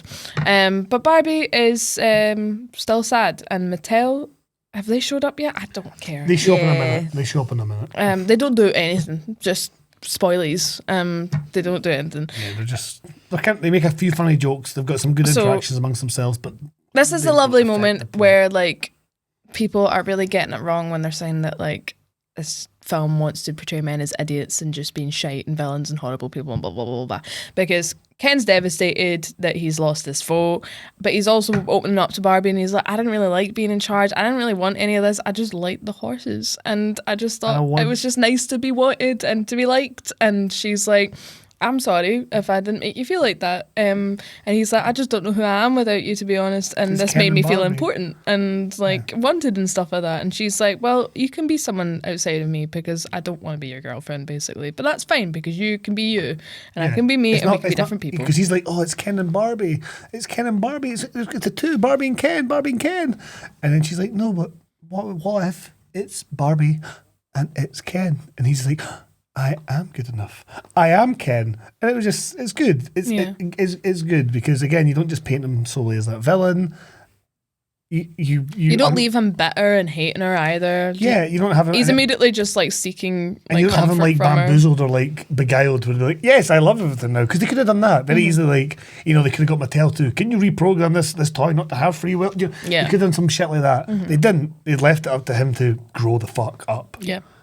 And yeah, sometimes that means, I've heard some people argue, hey, this maybe makes it that Barbie shouldn't have to, women having to explain emotionality to men. That shouldn't, it's not, it's a film. Yeah. And also, it's also fine and reasonable to tell people straight, hey, calm the fuck down. Yeah. Yeah, so it's reasonable to be like, you've been behaving wrong, sort it out. Yeah, and also be like, but I also am like, sorry I didn't address this earlier. Yeah. I'm sorry for making you feel like that. Yeah. I thought it was great. I think this is when I was talking at the start about feeling, please get this right. Yeah. That And was they me. did. And they fucking nailed it. And so simply as well, it's Barbie and it's Ken. So they sort that out, and then you have this moment where all they've all made up and they're all kind of apologising to each other and stuff like that. Well, not apologising to each other. All the Kens are being like, I just want my pal back. Like, fuck this. Yeah. So they all kind of reconcile, and things are pretty much going to go back to normal. And then Barbie still is like, still doesn't feel right. She just doesn't want to go back to kind of like normal Barbie Barbiness. go back in the box, basically. Yeah, she doesn't want to go back in the box. So Ruth Handler shows up again. That's when Mattel shows up, and then whatever. Just We fuck don't need them. Mattel. Fuck Yeah, Mattel. fine. They're just, they were there. They made some points. And they were funny. They made Good. fun of Midge. Yeah. Anyway, they move on, and then we have this lovely moment where Ruth Handler's like, come with me, and she's like, look, you can go back and be a person whenever you want, like, and Barbie's like, can I do it right now? And she's like, you don't need my permission, and then she kind of shows her what it's like to be a person, and you have this lovely kind of kaleidoscope scene, and it's all these kind of like different like generations of women. So you've got grandmothers and mothers and daughters. The scene that bamboozled me at first because I thought it was meant to be, it's Barbara and her daughter. Oh, that's not her. Who are these people? Who is that? And then you're crying, and I'm like, I'm stunted, but no. And then you beautiful. have that Billie Eilish song over it, which is like very emotional as well, and it's beautiful. What were you going to say, Abby? Sorry. I was going to say because Barbie is named Barbie after Ruth Handler's daughter, Barbara. Yes, yeah. So is Ken after her son. yeah. Oh, Yeah. Weird. that's a bummer. That's already. Anyway, so you have this scene. This is when I started bawling. It was just a combination of everything that happened in it that made me bawl. It was just like, I thought you were going to say it was just the culmination of buying the wrong tickets to the wrong cinema. that too. That's what being a woman is. So then she's like, she sees all this and she still decides like, no, I do want to go into the world, even if it's painful and it hurts, and even if I fucking die, I still want to go and just, because the point she makes basically is that she doesn't want to be the idea, she wants to make the ideas, she wants to have her own ideas, she doesn't want to be the idea to manifest, not be manifested. Yeah, which is cool. So it ends with you've got Gloria and her daughter Sasha and the dad in a car. They've got Barbie in the car and they're driving there to an appointment. She goes up to the lift and I'm sobbing my eyes out at this point. And then I'm sitting trying to work out why I'm not crying. and then Barbie goes a pussy. No, she goes up to, she goes up to the counter and she's like, I have an appointment to see my gynecologist, and then it ends. That's actually a very funny joke. It's a very good joke to end on as well. And also, just because he's in the car, I forget that he's got two like tiny cameos in this, but America Ferrera's real life husband. Mm-hmm. There's one point where they're going into Barbie-land and they're like, what about dad? And it just cuts to this guy who's like, boligrafo, trying to learn Spanish and Duolingo because his wife and his daughter are obviously like Hispanic. And then they have like this bit also, he's trying to like say something in Spanish and she's like, no, that's a political statement. Like, you can't. But I just love that that's actually her It's so husband. nice. And it's That so is very sweet. sweet. It's Also- really nice. And also the perfect, like that was the perfect way to show the real world version of Ken. Yeah. And, like, look at this nice, totally. Just- supportive, Oh, sweet guy. that's who's so just, nice. Yeah, Yeah, right? You're right. I didn't get that, but that's so Yeah. cute. Oh, that's so cute. I love that. I also was like, what does that mean? What does this mean? And then you're like, that's Duolingo. And I was like, oh, the thing I keep meaning to get. Yeah. So, Barbie, ratings for me, I'm going to say didn't need Mattel. Didn't need Mattel. What real world could have been a bit more realistic. That's my gripes, but move on from my gripes. I loved it. Made me very emotional. The fact that it began and I felt really nostalgic, and then as I went on, I was like, man, this really kind of resonates with me, you know, being like a wee, and I was like, I think that I was pretty innocent a bit later than other people. I know you were taking the piss out a bit earlier, but but like I do think I was. So I think I was maybe like, stopped playing with toys properly and stuff like that when I was like 12 or something. Yeah, I was still playing with toys when I was like 12, going into 13, running about playing with toy guns in the woods, getting made fun of by the older boys who are my next neighbours' pals. I love how you're talking about your guns and stuff like that when I'm trying to talk about my wee such a man lassie thing. story. I'm trying to relate to you as a proper Ken would. When I was 14, I started dating my first boyfriend, and like I realised I think he's going to ask me out on Skype tonight, and I was like, then I have to delete my Stardoll account. I can't have a boyfriend and a Stardoll account. It's time to say goodbye. You're so ridiculous. It's so funny. You're both so ridiculous. And so That's what it's like being a wee lassie, though, because you're like, I have to grow up. Yeah. This thing that brings me so much joy, I will trade for a fucking smelly man. Whereas I was just like, I'm just going to do acting now instead of pretending to play with guns. I'll just go and act that I can, and I'll write stories about it, and I'll just watch movies that have that in it, and I'll play video games. See, this is the issue. Getting onto my societal points. This is the issue. My rating. I will get to your rating in a second. There was going to be a joke there. There wasn't. No, but this is the thing. Rough. There's not a lot of outlets for. It's better now, but there's not a lot of outlets for You're a woman, you're a girl, then you've got to be a woman. So you've got to put all this stuff away. Whereas guys get to go, it's fine for them to play video games. It's fine for them to watch these movies. Obviously things are different now and changing. But growing up, I've and talked to you guys about it. It's like the same thing I said in the Twilight episode about making fun of things that little girls like get made fun of and trashed, whereas things that little boys get made fun of are multi-billion-pound franchises. Yeah. So the fact that Barbie made $1 billion is fucking amazing. Pretty good. Yeah, it is incredible. But yeah, rating wise, what are you thinking? Yeah, so I think because just the nostalgia, and then like the kind of, especially when she's like rollerblading and she just says that, like, just the language they use where they're like, I feel like people are looking at me, but there's like aggression behind it, that really resonated with me. I thought that the kind of the revelation that it wasn't the daughter who was kind of manifesting Barbie to have cellulite and like flat feet and stuff like that, it was the mum who was like thinking about having like this kind of relationship with her daughter, which is now kind of fizzled out because she's getting older and like maturing and doesn't want to play with toys anymore. Reminds me of Toy Story 3. And then just like the kind of montage of like all the women in different generations, and just like they just, like when you feel super down when you grow up and you realise that you're just being leered at all the time and that you have all these expectations about you. And then you have these moments where you watch things like Barbie and you're like, it's wonderful being a woman, it's beautiful being a girl, and like having pals and like appreciating each other and stuff like that. And I've been having a moment the past like month or so it really, really resonated with me, and it hit me at the right time. So because of that, I'd probably give it a 9. I'd like to watch it again. It might lower my rating, but just at the moment with the amount of emotion that overcame me watching it at that time, I'd probably give it a 9. That's cool. No, like it sits so well in my mind as well. Like it as much. What would you give it? So I think for the same kind of negative points as what Claude said, probably, like I said, it's not a perfect film for me. I thought that I found Sasha's character quite one-dimensional, and I thought it was a shame because I was like, this is how adults see teenage girls, and I wanted it to be like a bit more like fully fleshed out in the sense that it was like, oh, she's like a Gen Z teenager, and I kind of wanted like a bit more than a bit something more. Like I felt like it maybe did her character a bit of a disservice. But cut my tail out, get more Sasha, please. Yeah. I think weirdly though, like I think I enjoyed the film for its comedic merits probably more than I did for its emotional merits. But like I did, it's not that I didn't think it like had a good emotional core and made some really good points.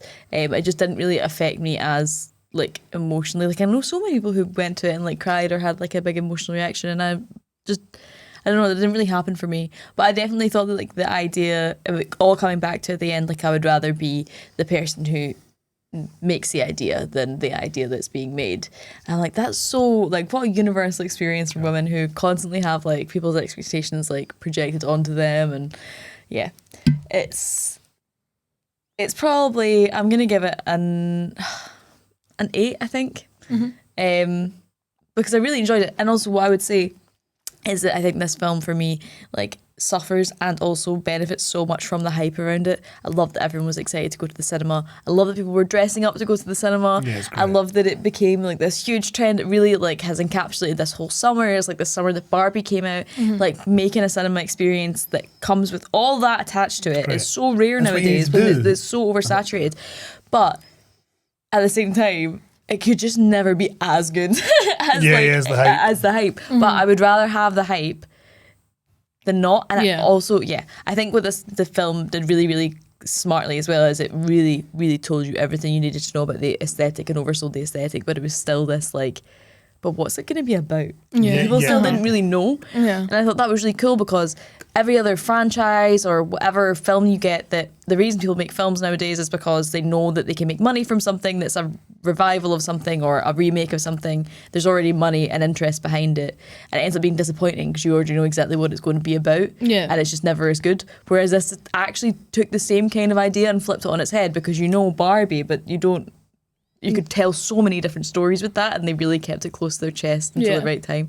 And that, I'm almost more in awe of the marketing and everything else around this film as I am Yeah. like of the film itself. But I just think the conversation around it is great as well. It's Yeah. just making people talk no matter what they're kind of saying, you Yeah. know. No, totally. And like, I just, even us being young, I've never I don't think grown up with a film quite like this that has been as big as this, that has kind of broached those subjects as much, Yeah. So that's like a great aspect of it as well, regardless of the gripes I have with it. yeah, absolutely, totally agree. So yeah, no, I thought I was really really going to like it. Like the hype was coming. I was like, cool, Barbie and Oppenheimer. That is so fun. Like that's what cinema needs. We need these big double bills. We need contrast, and the fact that you said there was a couple next to you, where when we watched it, where afterwards she was like, she turned to the girl turned to her boyfriend and went, "Did you enjoy that?" And he was like, "Yeah, it was a lot of fun. It was great." And then she was like, "What was it?" So basically, it was an argument about whether or not Barbie or Oppenheimer was better. And then she was like, so did you enjoy that? And he was like, yeah. She was like, so what one's better, Barbie or Oppenheimer? And he was like, Oppenheimer. She's like, but what one did you enjoy more? Oppenheimer. Did you enjoy Oppenheimer? You're a sick fuck. No, And then so funny. she was just like, he was like, well, no, I probably like enjoyment. I probably enjoyed Barbie more. And she's like, oh, so did you enjoy it more? So it's a better film. And he's like, well, that doesn't mean it's a better film. And she's like, why would you go and see a film if you didn't want to enjoy it? So if you enjoy Barbie more, that means it's a better film. Just say it's a better film. I'm like sitting there like, you're sobbing. That sounds like an argument I would have if I hadn't been sobbing at the time. Exactly. You're sobbing on one side of me. Swanny's pontificating about the meaning of Barbie. I'm trying. And in my other ear, I've got this like argument happening, and I'm just so entertained by it. The hype was there for me. I thought I was really going to enjoy it. It probably exceeded my expectations a little bit, just because of. I knew the messaging would be good. I knew I'd heard Gosling was funny. I'd heard Margot Robbie was great. I heard it looked great, and there was some musical numbers. But I think just as you said, laugh a minute. Literally, always funny, always keeps going with the jokes. And I just really appreciate the direction, like looking at it as part of Greta Gerwig's like manifesting her own career and showing you that. I thought it was great. So I'm probably going to give it like an 8.5 out of 10. Like quite high for me. That's quite high I for you. really fucking enjoyed this film. It sits really well in my mind. It was really, really fun. And I would just, We all had loads of fun at it as well, it was class. except for the start where I bought the tickets for the wrong cinema So and we funny had to though. sit outside. I loved that. That was the I best know, that part. was your favourite part. That's the 0.5. Rogues Gallery. Oh, it's got to be Alan. It has to be Alan. I would say the only other possible contender is the IRS dodging Ruth Handler, who Oh, yeah. repeatedly tells you that she was done for tax evasion, Yeah, which yeah. is true. That happened. Yeah. I just love that she will drop that into conversation. I mean, I guess there's an argument about Ken being the rogue because I know he's the villain, but also Mattel are the villain, so you can Yeah. maybe peel it apart. Well, this is what I had a very thought about Please, Rogues please. Gallery for this, because I was like, this film's so hard to pick a rogue for, because Rogues Gallery is all about picking the person who is out of place in the film, but this film, everything is so deliberate. Everything is so curated and thought about that there are no rogues except from the one person who they make the joke of, like, he is literally Yeah. But Boba I of the group. think the fact as well. It's not just like, oh yeah, he's also Alan Silly. It's the fact that it's that scene. It's like you gasped. Just battering folk. You and me just grabbed each other and went, he just killed a guy. like just fucking. Like, oh my god! Like it's blinking, you'll miss it. it's so good. So yeah, for that, Michael Cera, Wally Brando gets to be our rogue. The best way to know why it's so good is go fucking see it. Like you can say about any film, but generally Barbie, it's just just get in there, get a couple of pals, just go and have a vibe. It's the epitome of it's ridiculous and it's amazing. Yeah. Don't overthink it. I'm sure Oppenheimer's great, but I just don't think I would have had as much fun going to see it with my pals. And that's not to say that I'm not judging it before I've seen it or anything, but it is about the atomic bomb. Yeah. I do. It is full of men. And I can't dress like this for it. You could be funny. I kind of wish we'd done. I do kind of wish we'd done Oppenheimer and Barbie back to back, just for the experience. What are we going to talk about on the I Don't podcast about Oppenheimer? I'm sure that was hilarious. Look, I think you underestimate how funny we can be about anything. I think we can make Oppenheimer not hilarious. publicly. No.